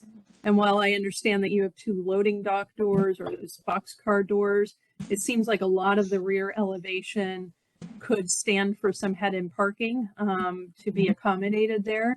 I do admire that you're trying to work with a very tight site, and your building is maximizing the width with the singular circulation around it. So I'm not trying to take away from that design, but I think the stronger force here is trying to stitch back the neighborhood, which has been eroded over time by the dominance of automobiles. Let's see. Can I talk to that just a little bit? Actually, let me get through some of the points, because the landscape, I mentioned the sidewalk location. I see that in the older areas, the sidewalk is pushed back from the curb. I don't know if that, from a planning staff, if they can address that, if that's the new requirement, that the sidewalk be against the curb rather than with a planting strip dividing it. I do see in the newer construction that is what's been installed most recently. So I don't want to make a comment if that's a standard along this stretch of the road. Jen, Marta, anyone, can you address that? Is it... Well, the right of way is pretty tight up along Bel Air Road, and Bel Air is also a state road. So I don't know, we'd have to consult with it probably is the DPW. True. Okay. All right. Well, might be a recommendation, but I think we'll get overruled there. I think there are a number of things that are done well with the singular entries and the circulation around the site. I think the building does a couple things well, but then I think it does not do a couple of other things well. So first, the good points. I think you were trying to respond to the building directly across the street, the office building, with the colors and textures. However, it is pretty clear again in that resolution that there is a desire, but not just a desire, but the design guidelines suggests that it should be predominantly brick. We don't have any brick on this building currently. We just have a stamped brick pattern that is not the color of a kind of naturally found brick, let's say. I think that falls short of the mark that's intended. I could understand if, design guidelines, there's a little wiggle room, yes, but when it says predominantly brick and there's no brick on the building, and we have this, the precast panels that are trying to be brick but aren't brick, I think that falls short of the mark. The other piece I think is, the canopy idea is a nice response and could handle signage well. I'd love to see that, just my own personal opinion, differentiated from the wall material of the building, but I think the trying to tie them in with the geometry of that horizontal band of the building is nice. I do share concerns that there's no signage presented. We usually do review signage and would like to see that. The front of the building, Marta, maybe we can go to that one rendering that shows the front of the building pretty clearly, not the plant, not the elevations, but the actual rendering. Maybe the one without the big white dot over it. Yeah, that one would be perfect. So I think with this building, I understand the central bays are the tallest bays, but what that does is it drives people to that front main entry. And when I first looked at this building in the submission, I thought, okay, that's the main entry to something on the building, but it's really the warehouse component. It takes a lot of heat with the center part of the building, where I think, and correct me if I'm wrong, mainly people would be going to either wing of the building and that entry would be hardly used at all. I would like a response on that note. That's correct. Okay. In So fact, I think that isn't intended to be an entrance. It's more at all. That's correct. Okay. Well, yeah. So I think there's some, you know, the building itself suggests one thing, but the reality is suggesting something different.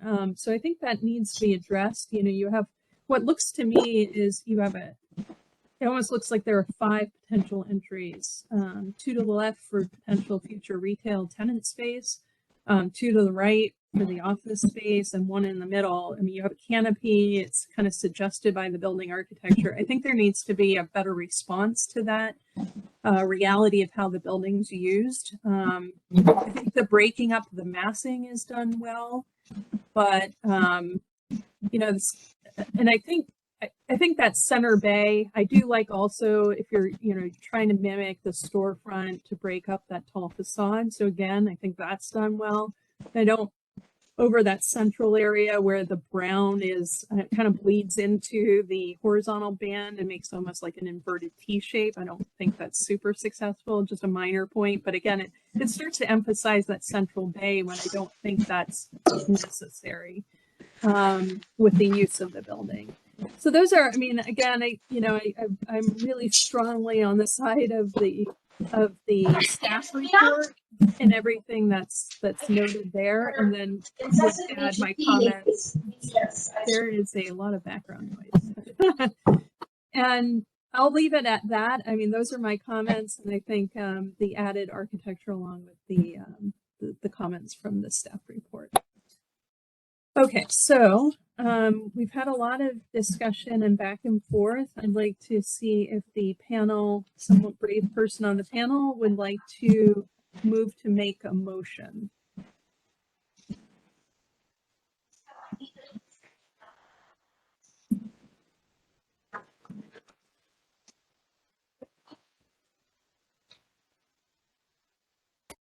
Barring any volunteers, I'm going to ask that Matt Reynolds makes this motion. I think you had a number of points, and maybe you can sum up those from others on the panel. Yeah, thanks. I was trying to take some notes. Like you had some good comments. I'm just going to summarize what they are, and then I'd like to talk a little bit about next steps. I do think we need to address the comments and the questions about the brick facade, color, location, meeting the latest resolution. I think also the comment regarding the massing should be studied further. In particular, the placements of the doors to that massing and the functionality of that facade to the site plan. I think the comments about the submerged wetland and the bioretention facility, I think for the submerged wetland, we do need to see that fence and the wheel stops at that location and the enhanced planting edge along the micro bioretention facility along Bel Air Road. I think to your comment, I think it's something I'd like to talk to the team about the improved connectivity to Bel Air Road with the pedestrians, and the placement of this building is something that we need to address. I do think that we need to see the proposed signage and how that interacts with this building. I think that's a major component of this that isn't being shown, and I think that DRP team is going to need to see that. Let's see. And that actually, I think that those are all of my notes, so I think that's a pretty good start. If anyone else wants to add to that. But I would like to talk about the next steps and what the others on the team feel. I personally would make a motion to have this project come back to the DRP. I think there's, based on the concerns with the materiality of the building and the signage, I think that would be enough that I would like at least the architects in the panel to be reviewing that further with the size of this building and its location. I would agree with that. I also, I do think the staff report covers a number of those things. And when we do make a motion, again, we can refer to that staff report and then pick up the additional things that you mentioned, Matt. Anybody else feel strongly opposed to that as a direction in terms of on the panel, not the applicant, but just people on the panel. Is anyone opposed to having this come back with the motion? I'm not hearing anyone opposed to that. So Matt, I think that would be a proper way. I think I agree. There's a lot to cover here, and you know, just the signage alone might be enough, but there are a number of other concerns that would warrant a return. So just to recap in my own words, you had kind of the staff report would be kind of item number 1. Item number 2 would be the relation of the massing and architectural detail to the building use. I would add, well, they have the use of brick already in the staff report, so we don't need to be redundant on that. The placement of the building, again, that's covered in the staff report. But I mean, I think that wouldn't hurt to mention that as being a strong point if we're recommending it be moved forward. The signage and lighting would be addressed. Anyone else have anything to add to that list before Matt tries to put this all into a motion?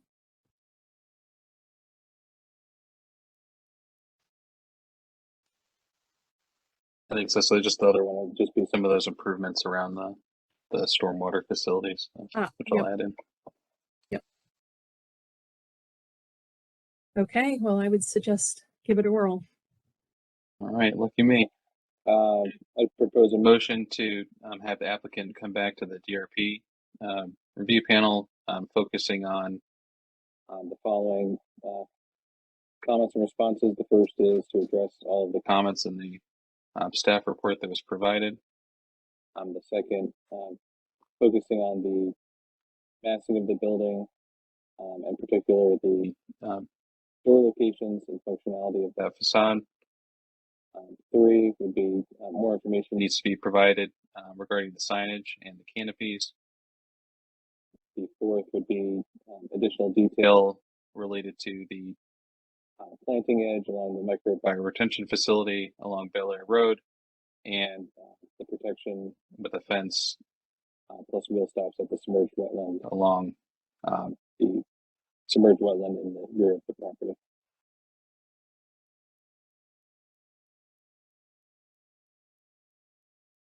Sorry, I missed that last point. Did you say anything about lighting?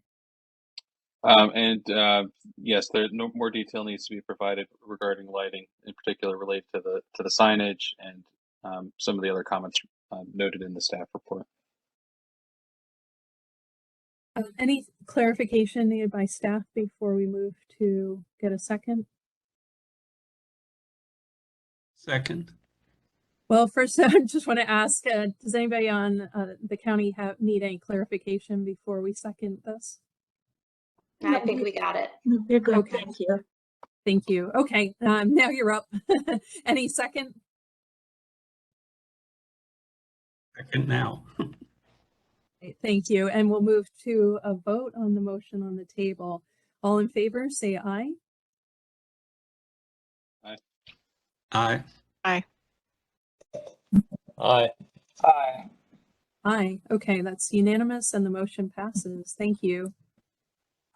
Okay, and then we will move on to our final item on the agenda for this evening. Thank you for hanging in there. The item number 3 is 40 West Chesapeake Avenue. And presenter, if you're still there, the floor is yours. I can start, John. My name is Ben Dabrowski. I'm from Mid-Atlantic Properties in Towson. 40 West Chesapeake is a 6-story commercial office and a retail building located in the heart of Towson. We hired John Hutch who's also on the call here, from JP2 late last year to develop an architectural plan that refreshed the exterior components, but also complemented the neighboring development. Anyone from Towson knows that Chesapeake Avenue has a large redevelopment project just across the street, and some redevelopment, on York Road and Washington Avenue. So with that, I'll introduce John, who's on the call, who came up with a great scheme. Great, thank you. I don't know if we can bring up the presentation. Yeah, we can start there.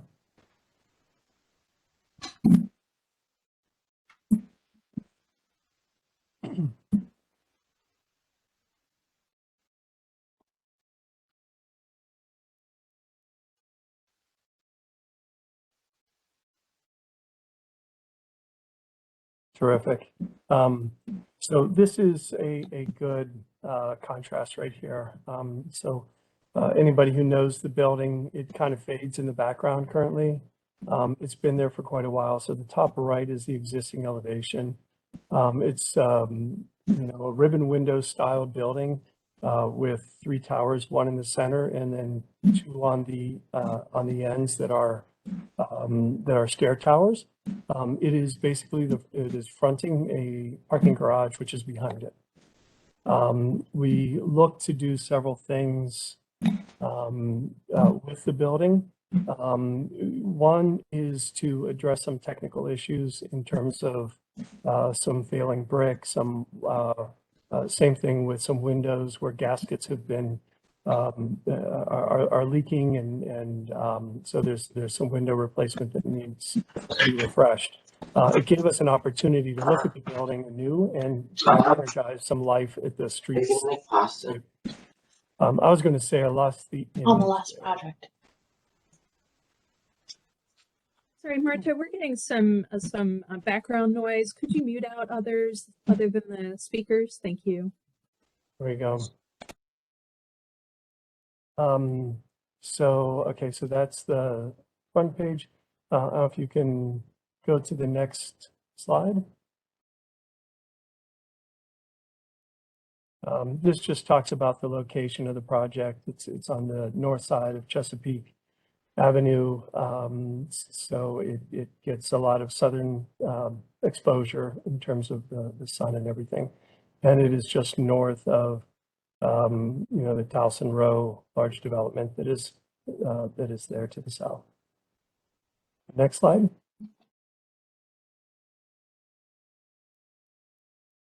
Again, this illustrates the actual office portion of the building.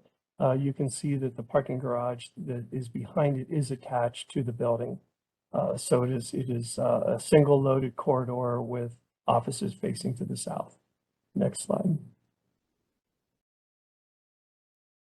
These are some contextual images. So on the right, you can see some of the development of Towson Row. To the left, you start to see the building. Whoops. And on the bottom left project or the photograph, you can see the building from the east side as you're approaching. But this is a one-way street that is going east. So this is a view that mostly would be seen from pedestrians. Next slide. Again, illustrating sort of the landscape that's been done by the city and the highlighted portion of the office area.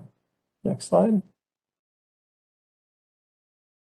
And then now on to sort of our study. This is a 3-dimensional sort of axonometric. You can see the volume of the buildings of Towson Row on the right side. And you can see that the scale of this project is actually very much in keeping with that. But it did give us an opportunity to reconsider sort of how to emphasize some of the architectural characteristics that I think are very unique and very exciting about the project with the ribbon windows and it being sort of divided left and right with a center core of elevators, lobby, and entrance. And you can see on the top and bottom sides, there is another tower element that are the egress stairs for the project. Next slide. Just another view, this from the east side, so from York. If you were on top of the library, I don't know if anybody's been there, but be quite a view. Next slide. There you go. So this is the project as it exists today. Again, there's sort of a lack of hierarchy, a lack of excitement about the project, yet full of opportunities, as I mentioned. Opportunities at the street front level where pedestrians, and there's a retail level. You've got this center location where there's sort of a little greenhouse glass box that's been stuck on as a vestibule for the lobby. It was clearly in addition to the building after it was conceived.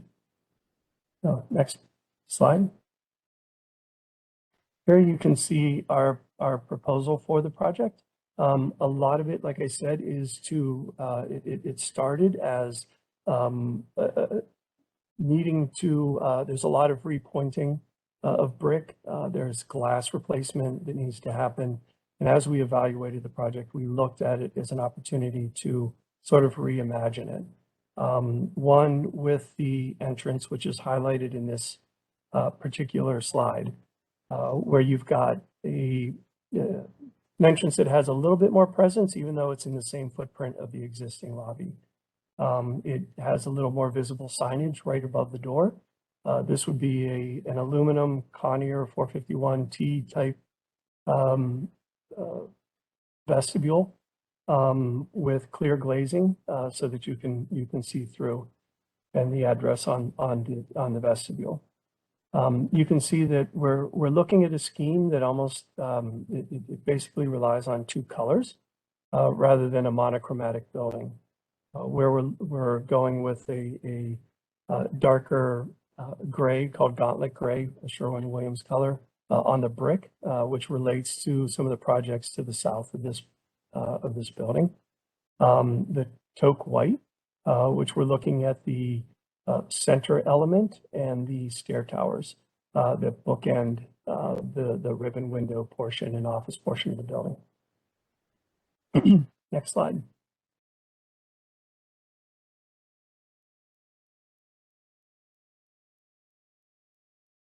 This is a view of the end. It just shows the insulated glass that would be replaced. When you are driving, as I mentioned, it is a one-way street, so you're driving from the west towards the east. And currently there is an address, 40 West address on that corner. We're looking to upgrade that. It is the first indication that somebody approaching the building in a vehicle would see and recognize the address. There's also a little alley there in terms of accessing the garage as well as on the far side of the building. Next slide.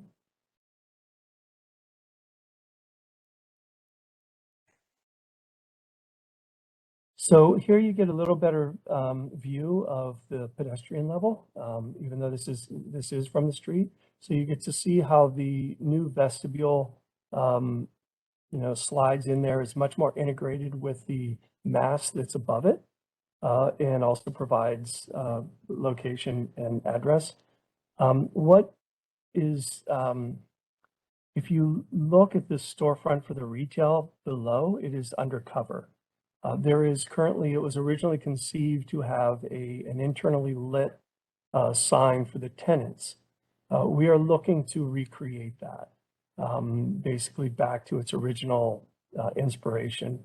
And then in addition to that, we're looking on the vertical elements. If you look in the bottom left, it says new decorative panels. We're looking to add a little contrast and a little bit of life to those. We're also looking to upgrade the lighting experience underneath the canopy with LED lights in the same location, same vein that was originally conceived for the project. We're looking to paint the existing ribbon window mullions and replace the glazing. Next slide. This is just an enlargement of the new vestibule. As I mentioned, syncs up nicely with the mast that's above it, that sticks out. It addresses the signage, aluminum system. There is an existing planter on the right side that we're going to duplicate on the left side of the vestibule.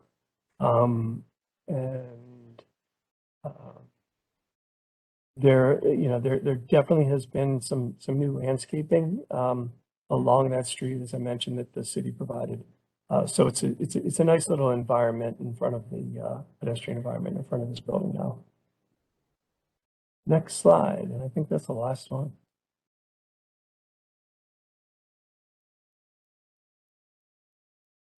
Something we're looking to add, but we're not necessarily seeking approval at this time, is a larger graphic on the center tower.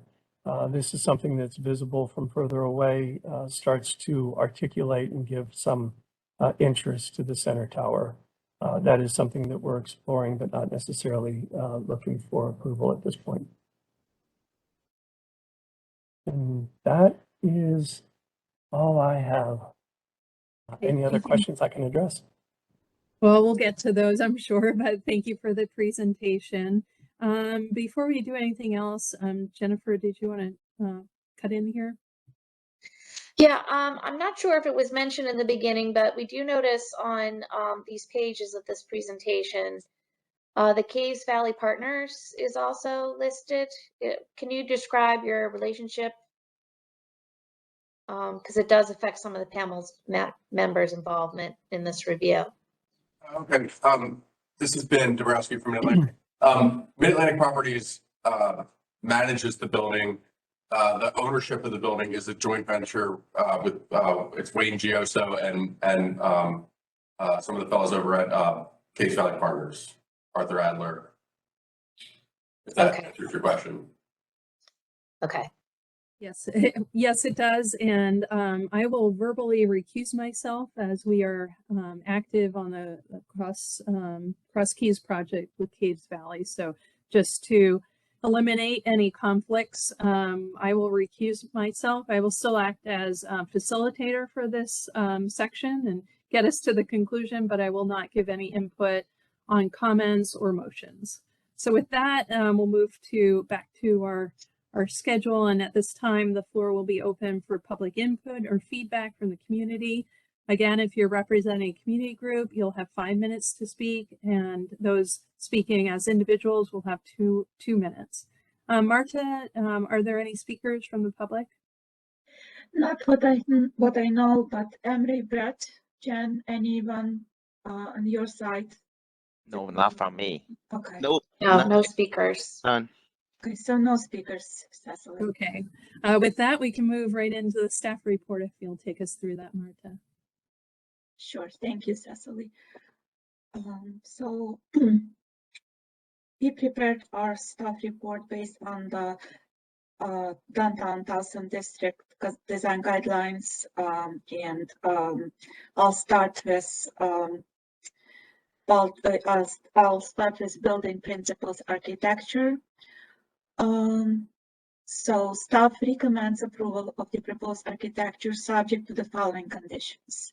Number 1, provide details for the proposed new aluminum storefront system and doors, including colors and dimensions. Number 2, indicate what type of window glass is proposed. Number 3, provide an explanation why the vertical components of brick of the building cannot remain unpainted while the horizontal brick, the proposed gray painted brick, could remain as proposed. In terms of building materials, staff recommends approval of the proposed building materials subject to the following condition. Number 1, provide details for the proposed decorative panels at piers, including colors, materials, and dimensions. In terms of lighting, staff recommends approval subject to the following condition. Provide details for all proposed lighting fixtures. In terms of signage, so the applicant proposes 2 options for the new project sign for the west: vertically located on the front facade, pin-mounted backlit letters, or painted letters. The proposed address sign 40 West Chesapeake will consist of a metal panel and internally illuminated letters. So recommendations. Staff recommends the following conditions. Number 1, the proposed signs will be the only signs that will be allowed on the building. Number 2, provide details for all of the proposed signage, including the sign located on the 3rd floor of the west facade, label dimensions, colors, and materials. And number 3, provide details for the refurbished existing internally illuminated tenant signage. And that concludes the staff report. Thank you, Martha. And, move to just open the floor to the panel members. Let's run through it in this order.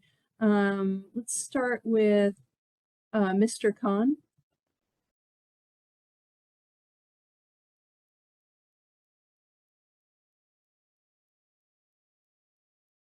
Oh, my apologies. Mr. Khan stepped away. I was forgetting that. So we'll go to Mr. Reynolds.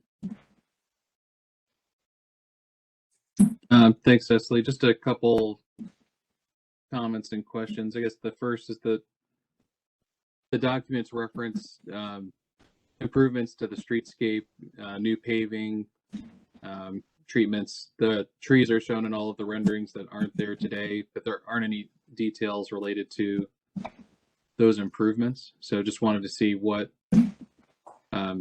is going to be included in the project or not included, since all those improvements are shown. So that's the first question. And then just my second comment is related to the potential signage on that vertical element there at the center of the building. You know, I think something there could be interesting.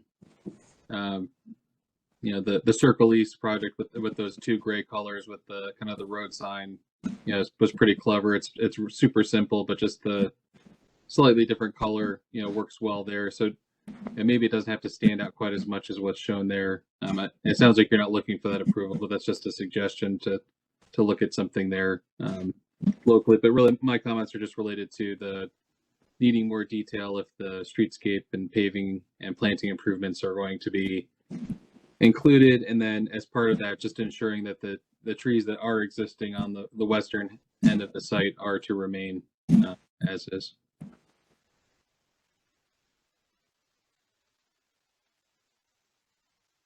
Okay, thank you, Matt. And I don't know if the applicant wants to respond to that. You know, if the trees shown are included with the submission or just documented to show existing. That was the question, more or less, right, Matt? Right. And I know that, you know, there has been new paving along that sidewalk, and I think there are brick surrounds around the tree planters. Now, if the trees still survived, I don't know. Actually, I should probably go take a look at it today to find out. But all the trees and the tree pits and the concrete was all replaced. I would say within the last 3 years by Baltimore County endeavors.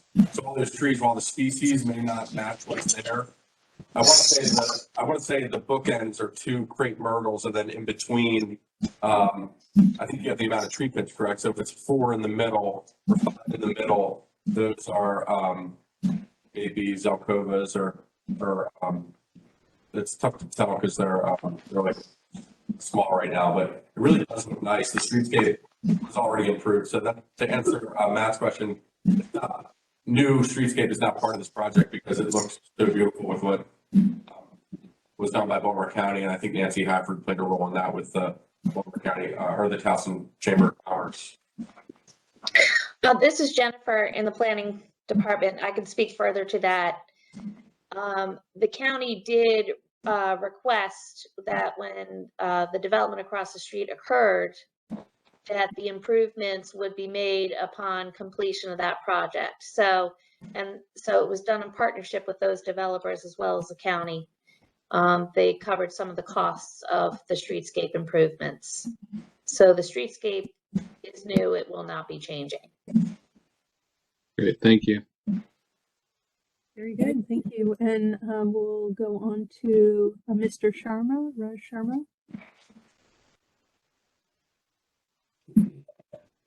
I have one comment. There's a mention about the lettering on the staff report.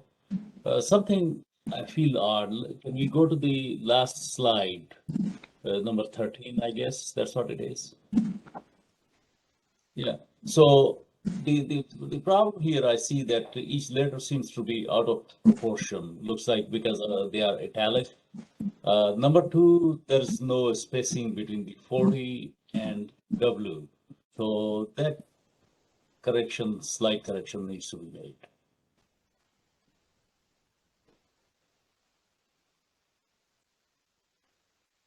Right, we appreciate that. Any further questions or comments, Mr. Sharma? Nope. Thank you. All right, thank you. We'll move on to Julie Sauce. Ms. Sauce?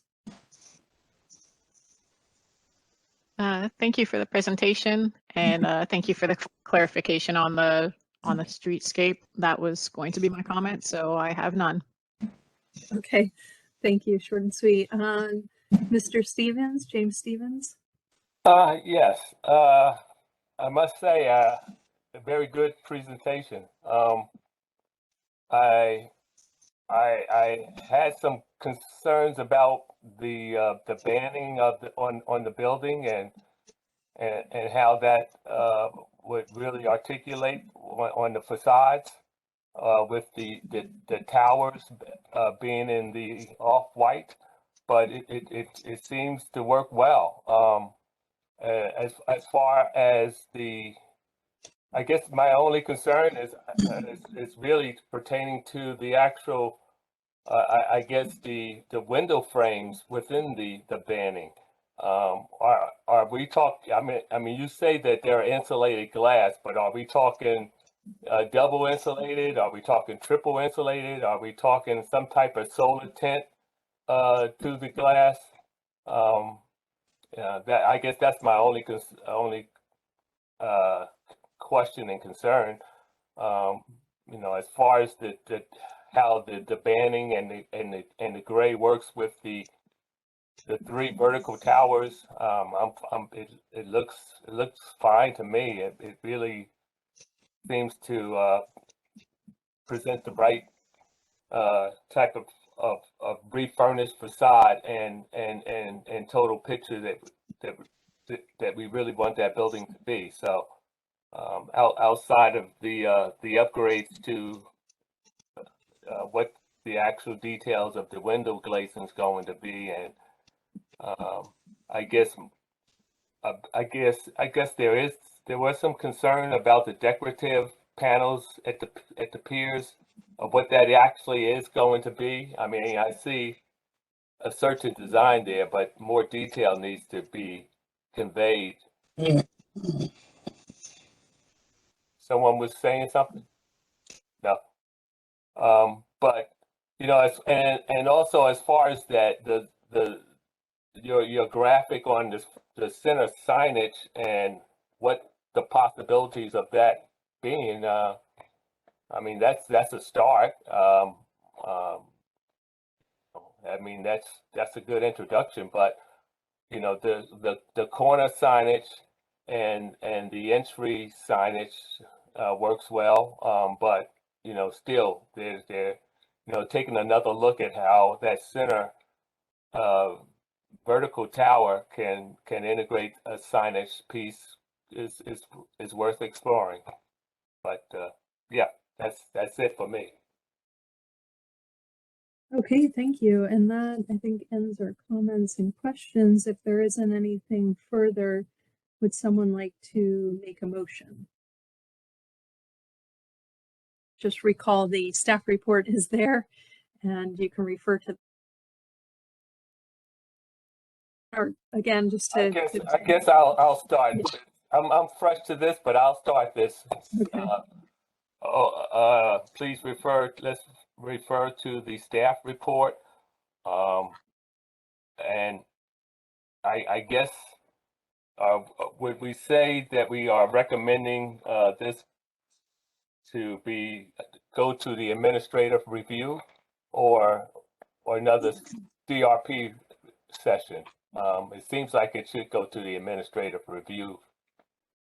I'm not totally certain on that, but Right. Well, those are the options. You know, obviously you can come back. You can have it just administratively approved with noted, or, you know, and so if I'd like to just run through the other panel members. Any objection to the administrative review based on an approval with conditions?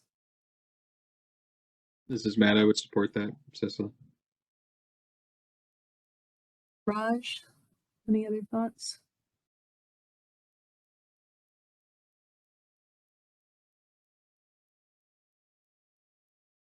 Okay, so I think that's fine, Mr. Stevens, if you'd like to proceed with that.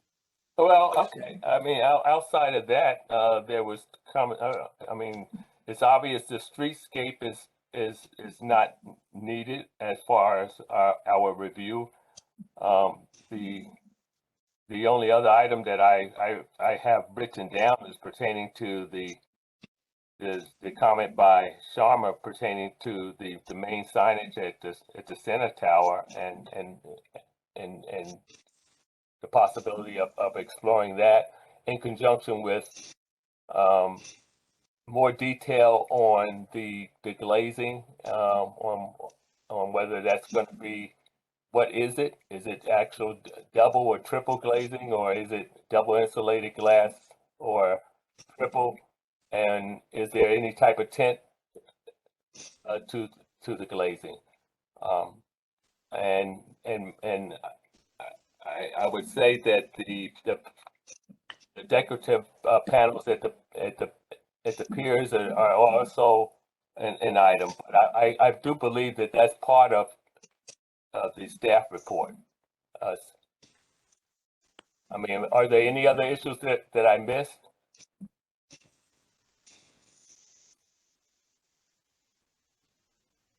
James, I might make the recommendation that, you know, with that signage on the center, that center portion of the building, if it sounds like the applicant wasn't 100% sold on that, I might just have that be, that's a pretty large element that I think our team would want to see. So Okay. I would recommend that, and if the applicant is not sure if they want that, we could just, you know, have them go to an administrative review. But, you know, if that element can be removed from the application, if they're willing to remove it, you know, I think John had mentioned that in his presentation. Maybe they could clarify that for us. Okay. So Matt, this is Jennifer. If I'm hearing you correctly, you would want them to come back for another review on that center element, should they just decide sometime down the road what that's going to be?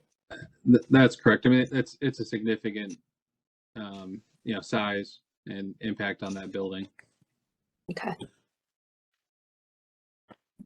I agree. Okay, so we have a motion on the table to approve additionally with administrative review. And that's taking into consideration the staff report, the glass, the potential vertical signage coming back if pursued to the DRP. So I guess that's however staff wants to word that, but that would be the comment.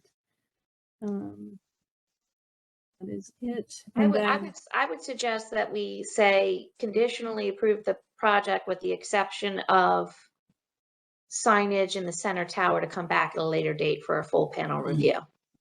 Sounds perfect.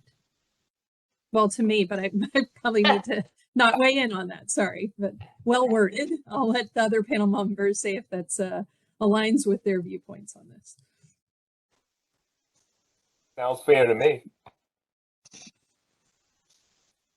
Can I ask a question, Ben from Mid-Atlantic? At this point?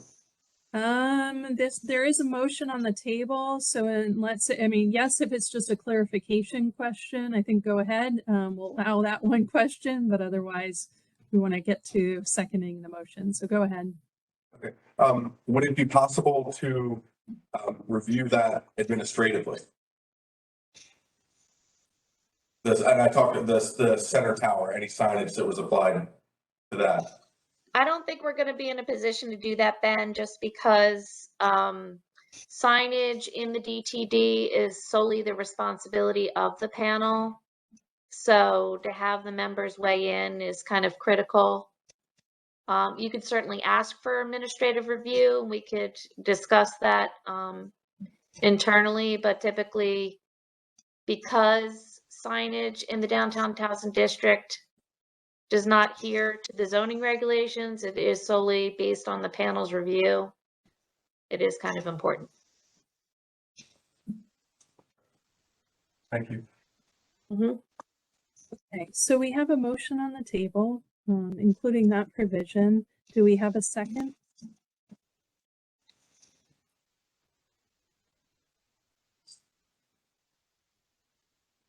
Second. Well, James, didn't you make the motion? Yeah, I did. I was just waiting for somebody, but. All right, This is Matt. so I can second. thank you, Matt. Okay, and then we'll move to a vote. Again, I'll be recusing myself, so I'm listening for 4 of you to weigh in. All in favor, say aye. Aye. Aye. Aye. Okay, that's all 4, and that's unanimous. And that concludes item number 3. And our final act of the evening is to ask for a motion to adjourn this meeting. Do we have a motion? This is Matt. Motion to adjourn the meeting. Thanks everyone for your time tonight. Thank you. Thank you. But first, do we have a second? Second, sorry. All right. All in favor? Say aye. Aye. Aye. All right. Thank you Very all.